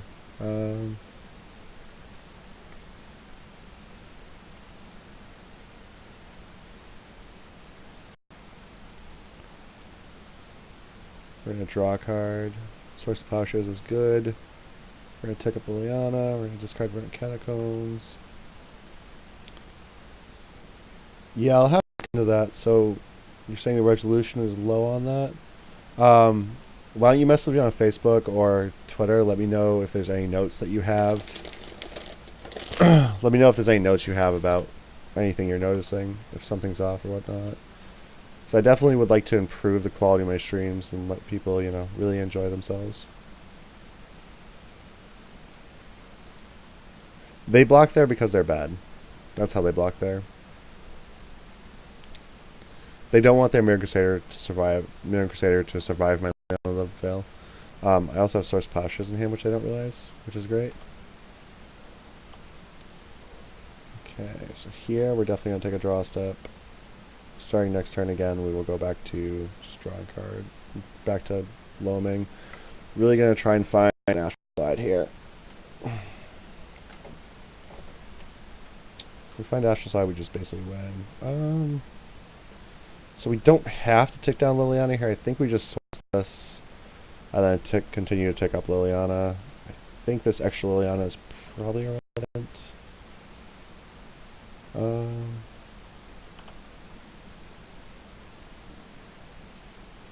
Because that would be too convenient for you, Nathan Beaton. That's why. You aren't allowed to have the ports being a decent Death and Taxes pilot. It's just, it's against the rules. I don't know if you knew that. I think we're actually... Oh, my opponent scooped, so... We get to go to game 3, and like I said, this is, you know...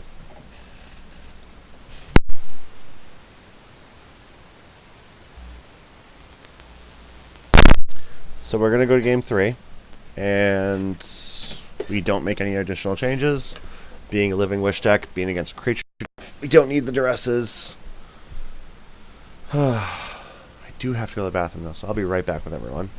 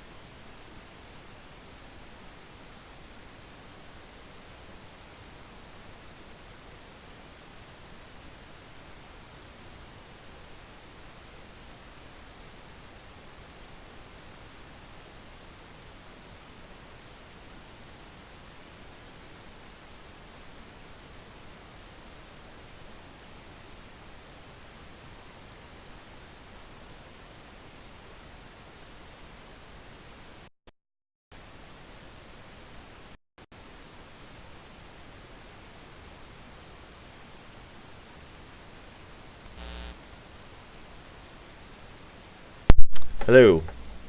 Sorry about that. I actually muted the mic because the last time I streamed, I was using a regular, like, real true microphone. And I had a third land. Shit. That was stupid. Alright, so we're going to have to waste the Living Wish, I think. No. Yeah, we're going to waste the Living Wish. We're going to make Bacchus. It's good against Thalia and all that. So yeah, I actually muted the microphone. I had to go to the bathroom, which is right behind me. And the last time I streamed, I had like a regular mic rather than like a mic on my headphones. And someone could hear me going to the bathroom, which is it's a little odd and a little awkward.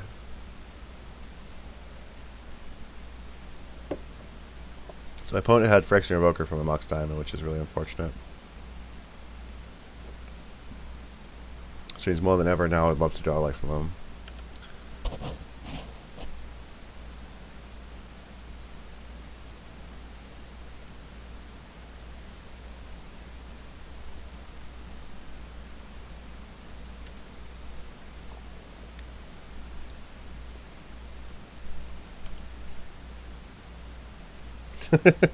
Well, I appreciate that. I'm glad that's not the worst horror story you've heard about streams. Some people do prefer hearing someone peeing. Something about that running water hitting the back of porcelain, you know? Or whatever it's made out of. Porcelain, right? Not ceramics. Yeah. Alright, I don't know what my opponent is doing currently. My opponent's trying to figure out what I'm doing. My opponent's trying to figure out if I'm streaming. Yes, life alone! Because you don't have to be good. So yeah, we can loan back a couple lands, which means that we can continue building our mana. We have Eternal Witness, we have Astral Slide. You know, maybe they did go to the bathroom. I didn't think of that. I was so selfish myself in the bathroom where I didn't think that they were going to the bathroom. They're surgicling one of my lands. If they're surgicling the scrubland, that's just great because I only have a 1 of scrubland.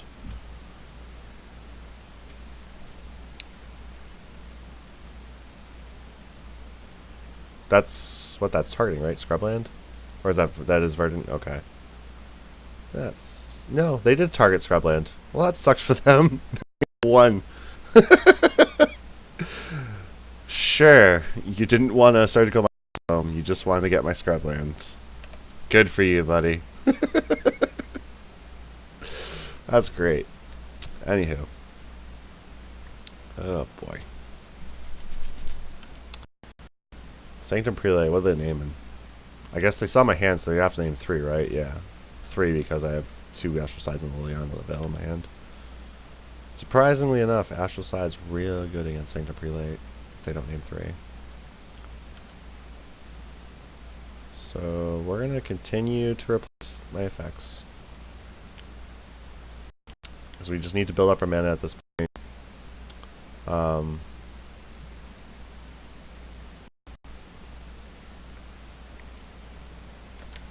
think... No, we probably keep Crocus up because we want to be able to like bounce a Thalia if they play on or something like that. So we're going to keep Crocus up. So now that we have Eternal Witness in our hand, which we can still cast through a Prelate, if we draw something like a Living Wish or whatever, we can Living Wish for Pontiff, use Pontiff within a couple turns, so we can actually like really blow our opponent out, being on Phyrexian Evoker and Prelate. Yeah, Prelate's on 3 because they had previously Surgical Dive. They saw Liliana double Astral Slide. So they knew that the 3 cards in our hand was probably better to keep. I actually agree with that play for that reason. I definitely see that the play is... It's not ideal, but...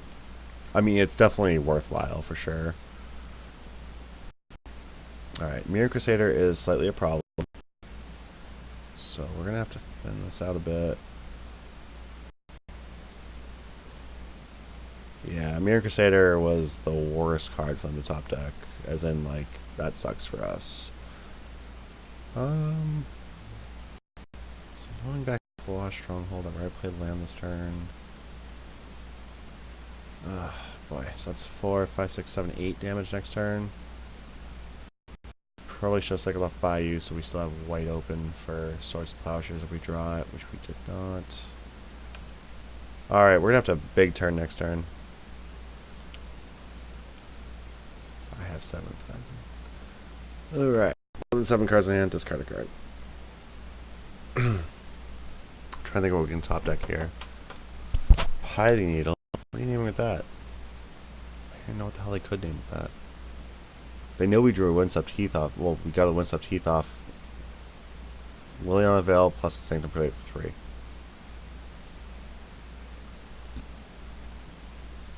Yeah, I mean, I think that's actually the line we have to take. We are at 3, though. So we swords that, block probably the Sanctum Prelate. So basically, if they have Swords Plowshares in hand, we don't really have an out.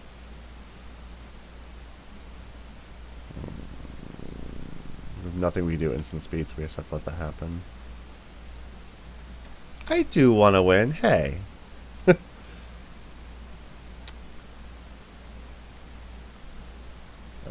Did we hit? No. Just Vindicate. Not good enough. Hmm.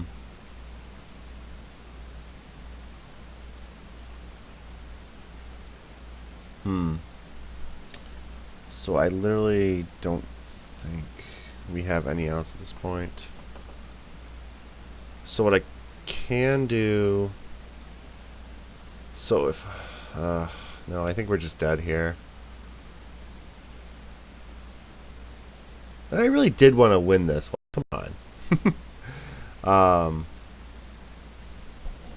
Yeah, I'm just surprised with Putty Needle didn't name like Tranquil Thicket or whatever. Or like even Windswept Heath, because we actually had like a Windswept Heath in hand.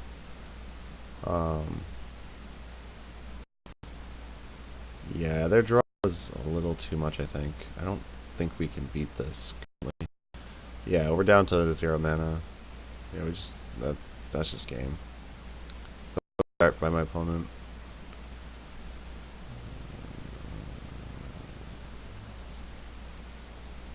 Yeah, we lost. That was the last. That was the last match of tonight for the league. So fortunately, we only went 2-3. That last start against Death and Taxes was really good. Some of our draws were a little awkward, but we were very dead there. So yeah, that was it for the league. So we're gonna view our previous deck. So this is what we played tonight. So for anyone not familiar with Astral Slide, anyone who wasn't here earlier, I appreciate you stopping by. Anyone that's here currently that I haven't spoken to yet, appreciate you for stopping by. You know, I plan to do this a lot more often. Like to do it more often at least.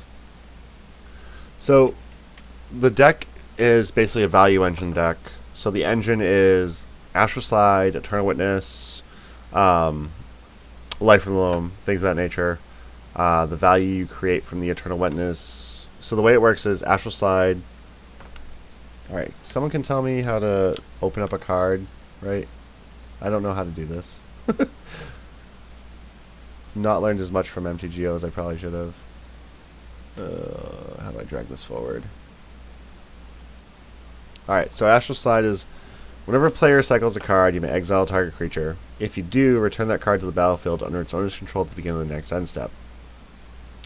So you can gain value by using that in combination with Eternal Witness and then cycling cards. So like Eternal Witness has when it enters the battlefield, return a card from your graveyard to your hand. And then we have stuff like Secluded Step, which is the white cycling land. It enters the battlefield taps for a white, and then white mana to cycle it, which means you discard it and draw a card. And whenever you cycle a card, you use Astral Slide to exile a creature. Then we have like Eternal Witness as our main creature to do that with. So Eternal Witness is our value engine combined with Astral Slide to rebuy stuff like Swords of Plowshares, Abrupt Decay, Vindicate, more Astral Slides, Life from Loam, so we don't have to dredge our deck away, what have you. So that's the value engine. It's also our very slow clock.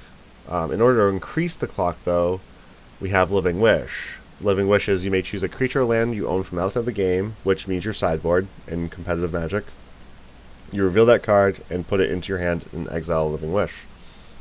Once we've resolved a Living Wish, we can't rebuy it without Eternal Witness, but up until we've resolved a Living Wish, we can still rebuy them with a Eternal Witness.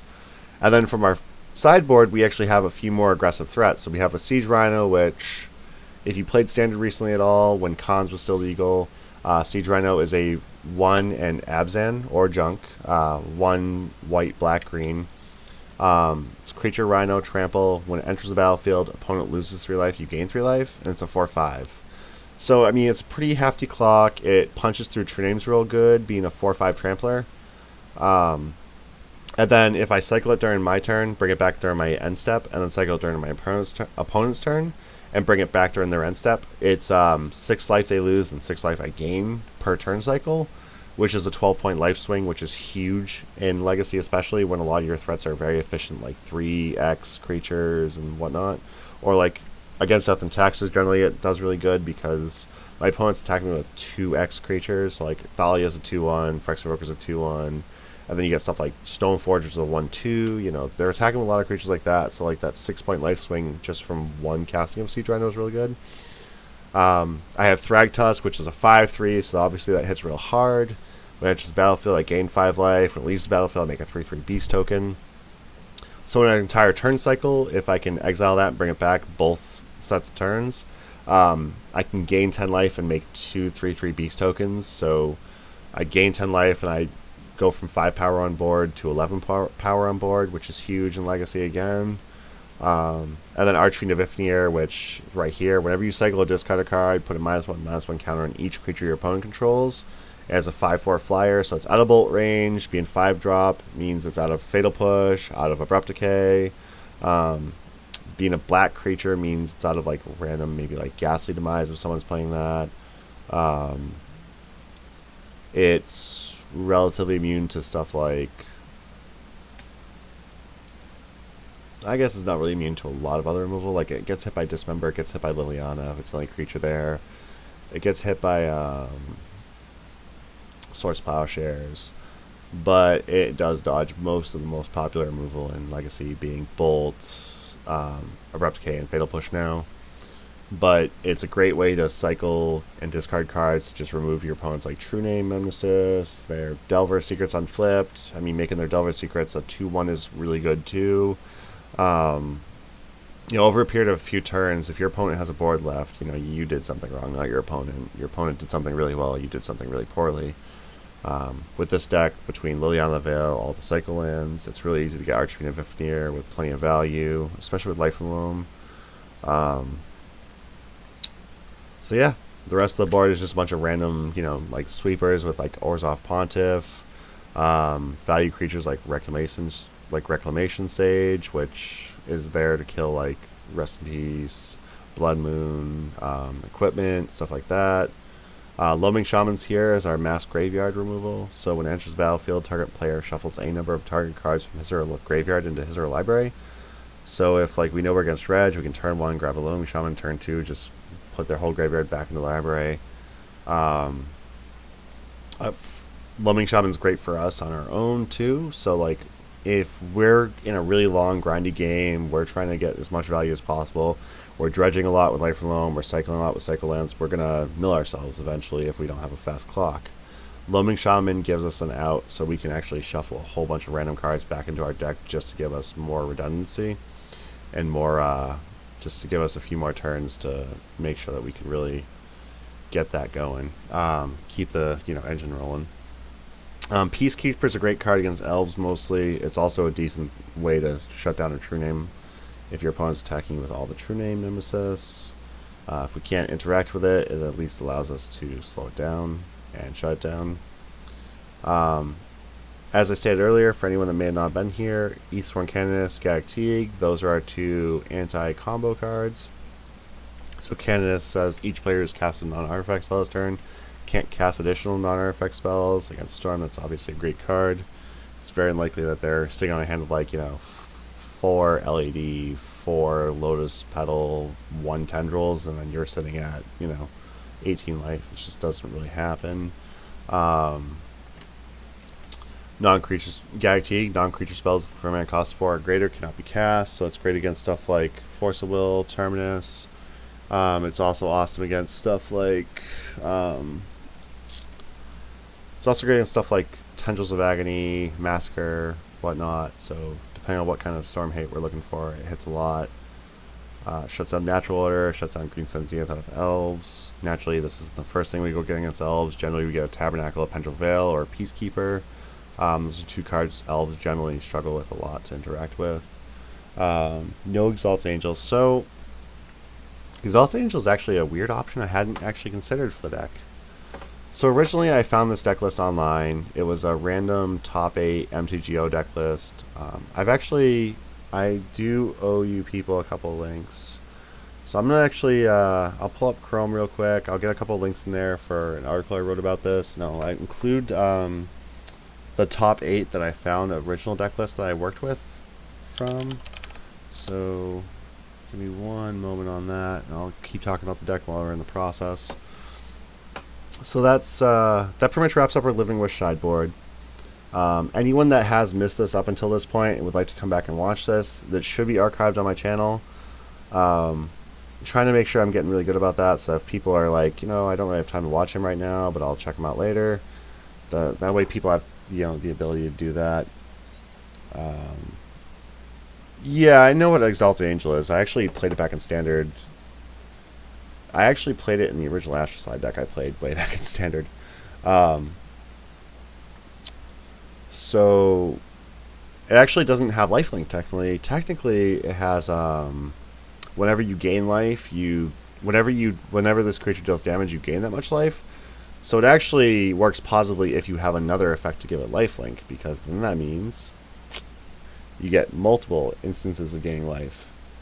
But Exalted Angel's trigger won't save you from death when your opponent's attacking you, whereas lifelink will still save you from dying if that's the case.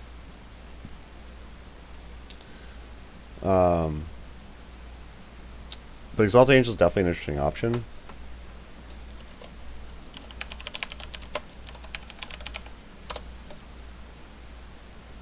So that's my original article.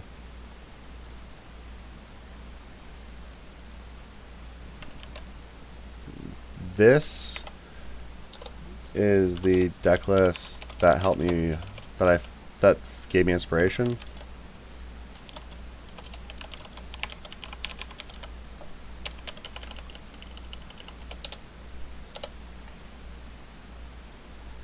Like me, I've been playing a Gifts and Given list with Astral side.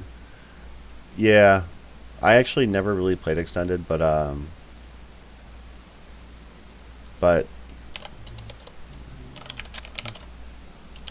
heard Astral side was really good. Extended was a thing. So there's the 3 links. So the first link's my original article I wrote, which includes the next link, which is the deck list that was inspiring for me. The third link is my current list. Haven't gone off too far from the original track, but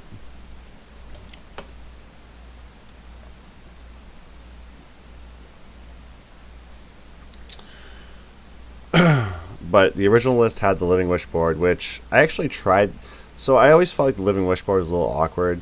It's like against like Storm and whatnot, your Living Wish, you're gonna cast Living Wish for like Eastbourne Canister or something on turn 1 with a Mox Diamond, and then your Storm opponent just goes, "Oh, Cobble Therapy, you name Eastbourne Canonist," and it's like you tell your opponent exactly what you're going to get.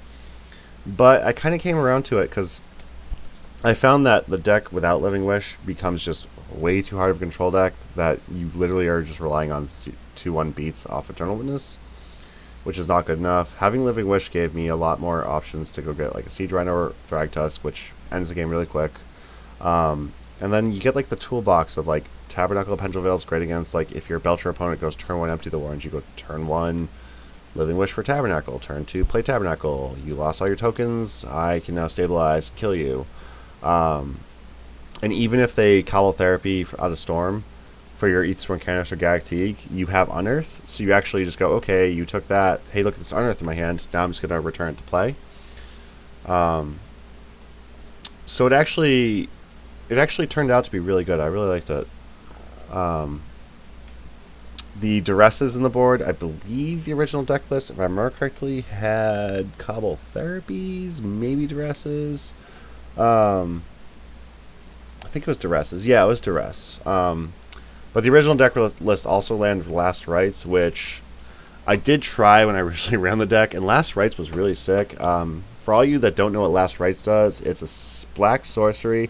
It's 2 and a black. You discard any number of cards, and your target opponent reveals that many cards from his or her hand, and you choose that many, or target opponent reveals his or her hand, you choose that many non-land cards, and they discard those cards. The card ended up, for the most part, the card in my experience was just really awkward. I actually extended my Living Wish board rather than run that. So the original Living Wish board, I'm actually going to just kind of pull this up and open it up for all of you. So this is the deck I'm copying.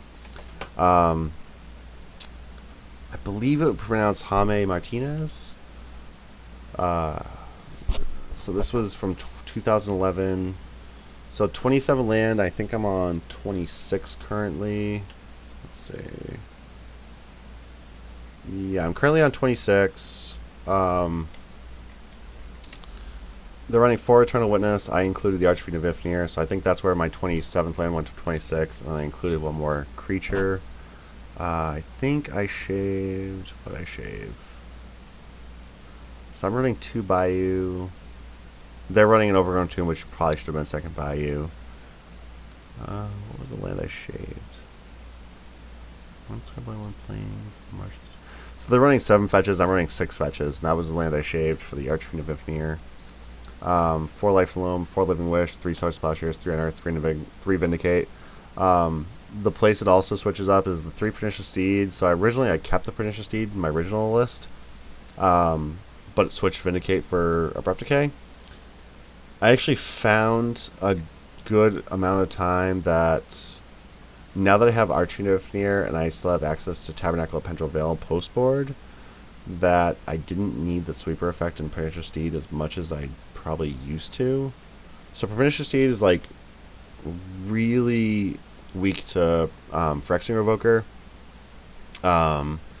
It's weak to so it's weak to effects like Phyrexian Revoker, Piping Needle, stuff like that. Archfiend of Ifnir doesn't care about all that.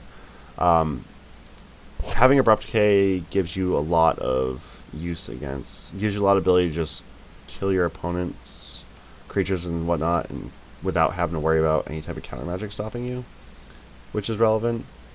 So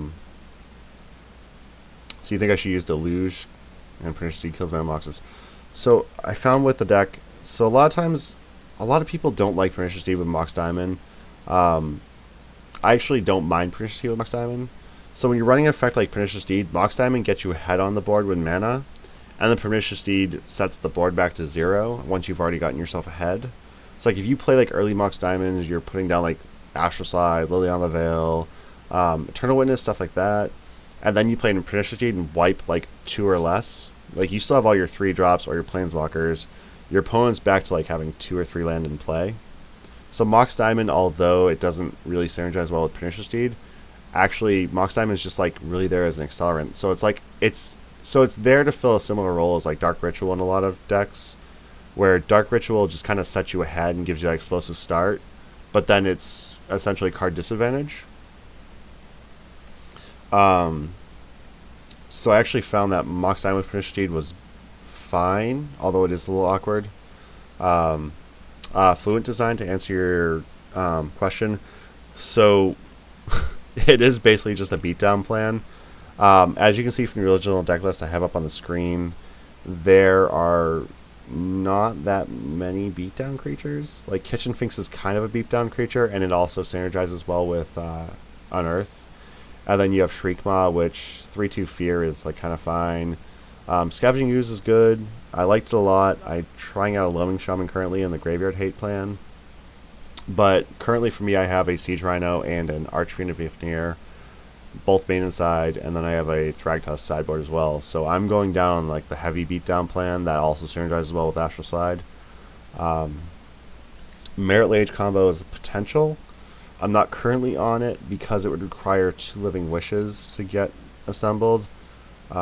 So you have like the awkward situation where, like, let's say like early on you casting a wish for something like a Harmonic Sliver, well, not a Harmonic Sliver in this case, that's where Reclamation Sage came in once that got printed, but let's say you get like a Reclamation Sage, you mill in a Living Wish, and then like your next Living Wish gets like Thespian Stage or Dark Depths or something. Like you're still like a lot of turns off from actually getting that like fixed up.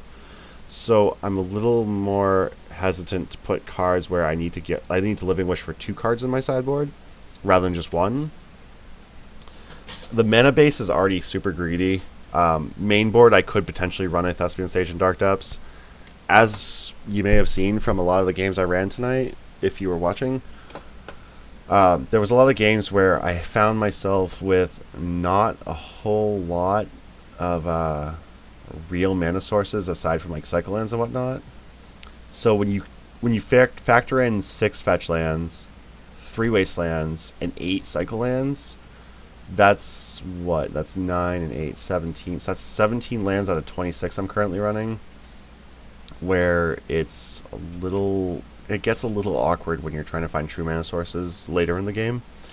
So you're saying Thespian stage in the main, Dark Depths on the side. I think that's probably more potential. So right now, as you may have noticed, the original list I based my list off was 7 non-living witch targets on the sideboard, and currently I'm on 4 non-living witch targets. That's something where I actually think I need to add like a couple Council's Judgment, because anyone watching tonight noticed that True Name was a little bit of an issue. Generally, we're pretty clean against True Name. We have 3 Liliana, the Archfiend of Ifnir, plus the sideboard Archfiend of Ifnir. So while generally we're not particularly weak to True Name, that was still a problem. So 2 or 3 of those might have been correct. Although we do also have the Orzhov Pontiff. I mean, we have a lot of answers to True Name, so I'm kind of not really huge on the idea of... I'm not really huge on the idea of cutting back those for Council's Judgment. Sorry, I've got like some messages coming at me and whatnot, and I'm still kind of looking at deck lists and whatnot to try and figure out where we are and where we can go with the deck. Copying and opposing Crocus is probably fine. Crocus generally isn't ideal, but it would save a Living Wish, so that's cool. I think where I can copy my own basics or my opponent's basics is probably good. It's also like... So I guess Thespian stage also gives me that random awkward... Like, my opponent's on like a Thespian stage Dark Depths type of plan, and then I can just copy their Dark Depths as well. So I'll try and slot in a Thespian stage, because I actually kind of like that idea. I'm not sure what to cut in main board. I might try and cut a Living Wish for it. Maybe an Unearth. I'm not sure 3 Unearth is necessary. And then I might try out some number of Toxic Deluge in place of Vindicates. I kind of want to keep... So I might trim like 1 Vindicate. Maybe... Let me look at my actual list rather than look at this faux list at this point. Even though my list is technically the faux list coming later, but... So what I could do is, I generally find Gag Teague in the sideboard isn't necessary. I could trim that entirely, put that as 1 Toxic Deluge. Loaming Shaman might end up going back to become a Scavenging Ooze. I'm not 100% on that. I've liked Loaming Shaman overall, but it hasn't been entirely fantastic. I think the Archfiend of Ifnir main board might be better off just not being there. It might be better off just having the one of them on the sideboard, and when I have a game where I have fair control over the game, where I have a decent amount of mana, I have like Astral Slide, I have Eternal Witness going, Archfiend of Ifnir is definitely the best way to close it out. As far as keeping my opponent down, making sure like my opponent is making sure I'm in control of my opponent, you know. And if I'm adding Toxic Deluge just to the main board at all, like that might be the correct, and that change might make the most sense, if that makes sense. I hope it does. So maybe dropping a Vindicate and Archfiend in the main, dropping a Gag Teague in the side, going 2-1 with Toxic Deluge, that could be correct. And then if I was to drop anything for a Thespian stage, it would probably be the Volrath Stronghold. As much as I don't want to drop Volrath Stronghold, that would likely be the change that I would go for. Yeah, if anyone else has any questions, I'll hang around for a few more minutes, but I'm probably going to call it a night shortly. It's been a long day for me today, so I had a lot of fun in my first league. I had, got a lot of extra followers. I appreciate everyone for stopping by. The video should be archived on Twitch, so anyone who wasn't here for the whole thing, who wants to go back and check out my matches, they will be there for you. My previous stream is still on there, so if you want to hear me go to the bathroom, if you want to see my cat trying to scratch my arm and I tell the cat I don't love it, so I'm sorry for that, for all you cat lovers. But from Portug's Soul? Best regards from Oh, okay. I think you're... Are you saying Portuguese? Or is this Portugal? Ah, well, thank you for stopping by from Portugal. That's what I thought you were getting at, but... yeah, I appreciate a lot of the input you had, actually. Zola, I'm assuming is how I pronounce that. I appreciate a lot of the input you had. That actually... Like, the Thespian Stage Dark Depths is a neat idea. That's something I considered trying. I never considered actually just running like a single or two up Thespian Stage mainboard and then sideboarding the one up Dark Depths. That's actually not a bad idea, so I will probably try that. I actually have the cards already for the 12 post. So yeah, I appreciate all the input. I appreciate everyone sticking around. I appreciate you all tuning in for the stream. I will try to do more streaming in the future. Yeah, sorry, Pat Ugo. I don't have I played against 4 Delver decks in Death and Taxes tonight. I played against Blue Red Delver, which I trashed. I played against Rug Delver, which I trashed. Played against Bug Delver twice, which I lost to. No, the first one was Bug Delver. The second one I think we settled on was like Duke's List, but they added Baleful Strix to it. And then the last match was Death and Taxes. My draw was a little awkward. I think my play could have been a little bit better. And then my opponent's draw was just kind of like, they surgicaled me, so I had 3-drop non-creatures in hand, and then played Sanctum, played on 3. And they stopped like a Liliana Veil and double Astral Slide, which was rough. So it was a little weird, but it was a fun night overall. My first league, so, you know, I'm actually not really upset with the results. As you can see, Pat, my punt count's only 3, so I got that one up on you. I mean, I guess it's like, what, a 12 up on you if we can count the amount of punts you have in a night. Even when people are telling you to play lands and you don't play lands. Just saying. Anywho, thanks for stopping by, Pat, anyway. But yeah, thanks for stopping in from Portugal, Ziola. It's great to have you following, you know. Hopefully, you know, I'm on Twitter, so I don't know if you're following me on Twitter yet, but if you follow me on Twitter, you know, I'm always willing to interact on anything. You know, I try to be here for the people. So, thank you very much. And Pat, know you're the best. And have a good night.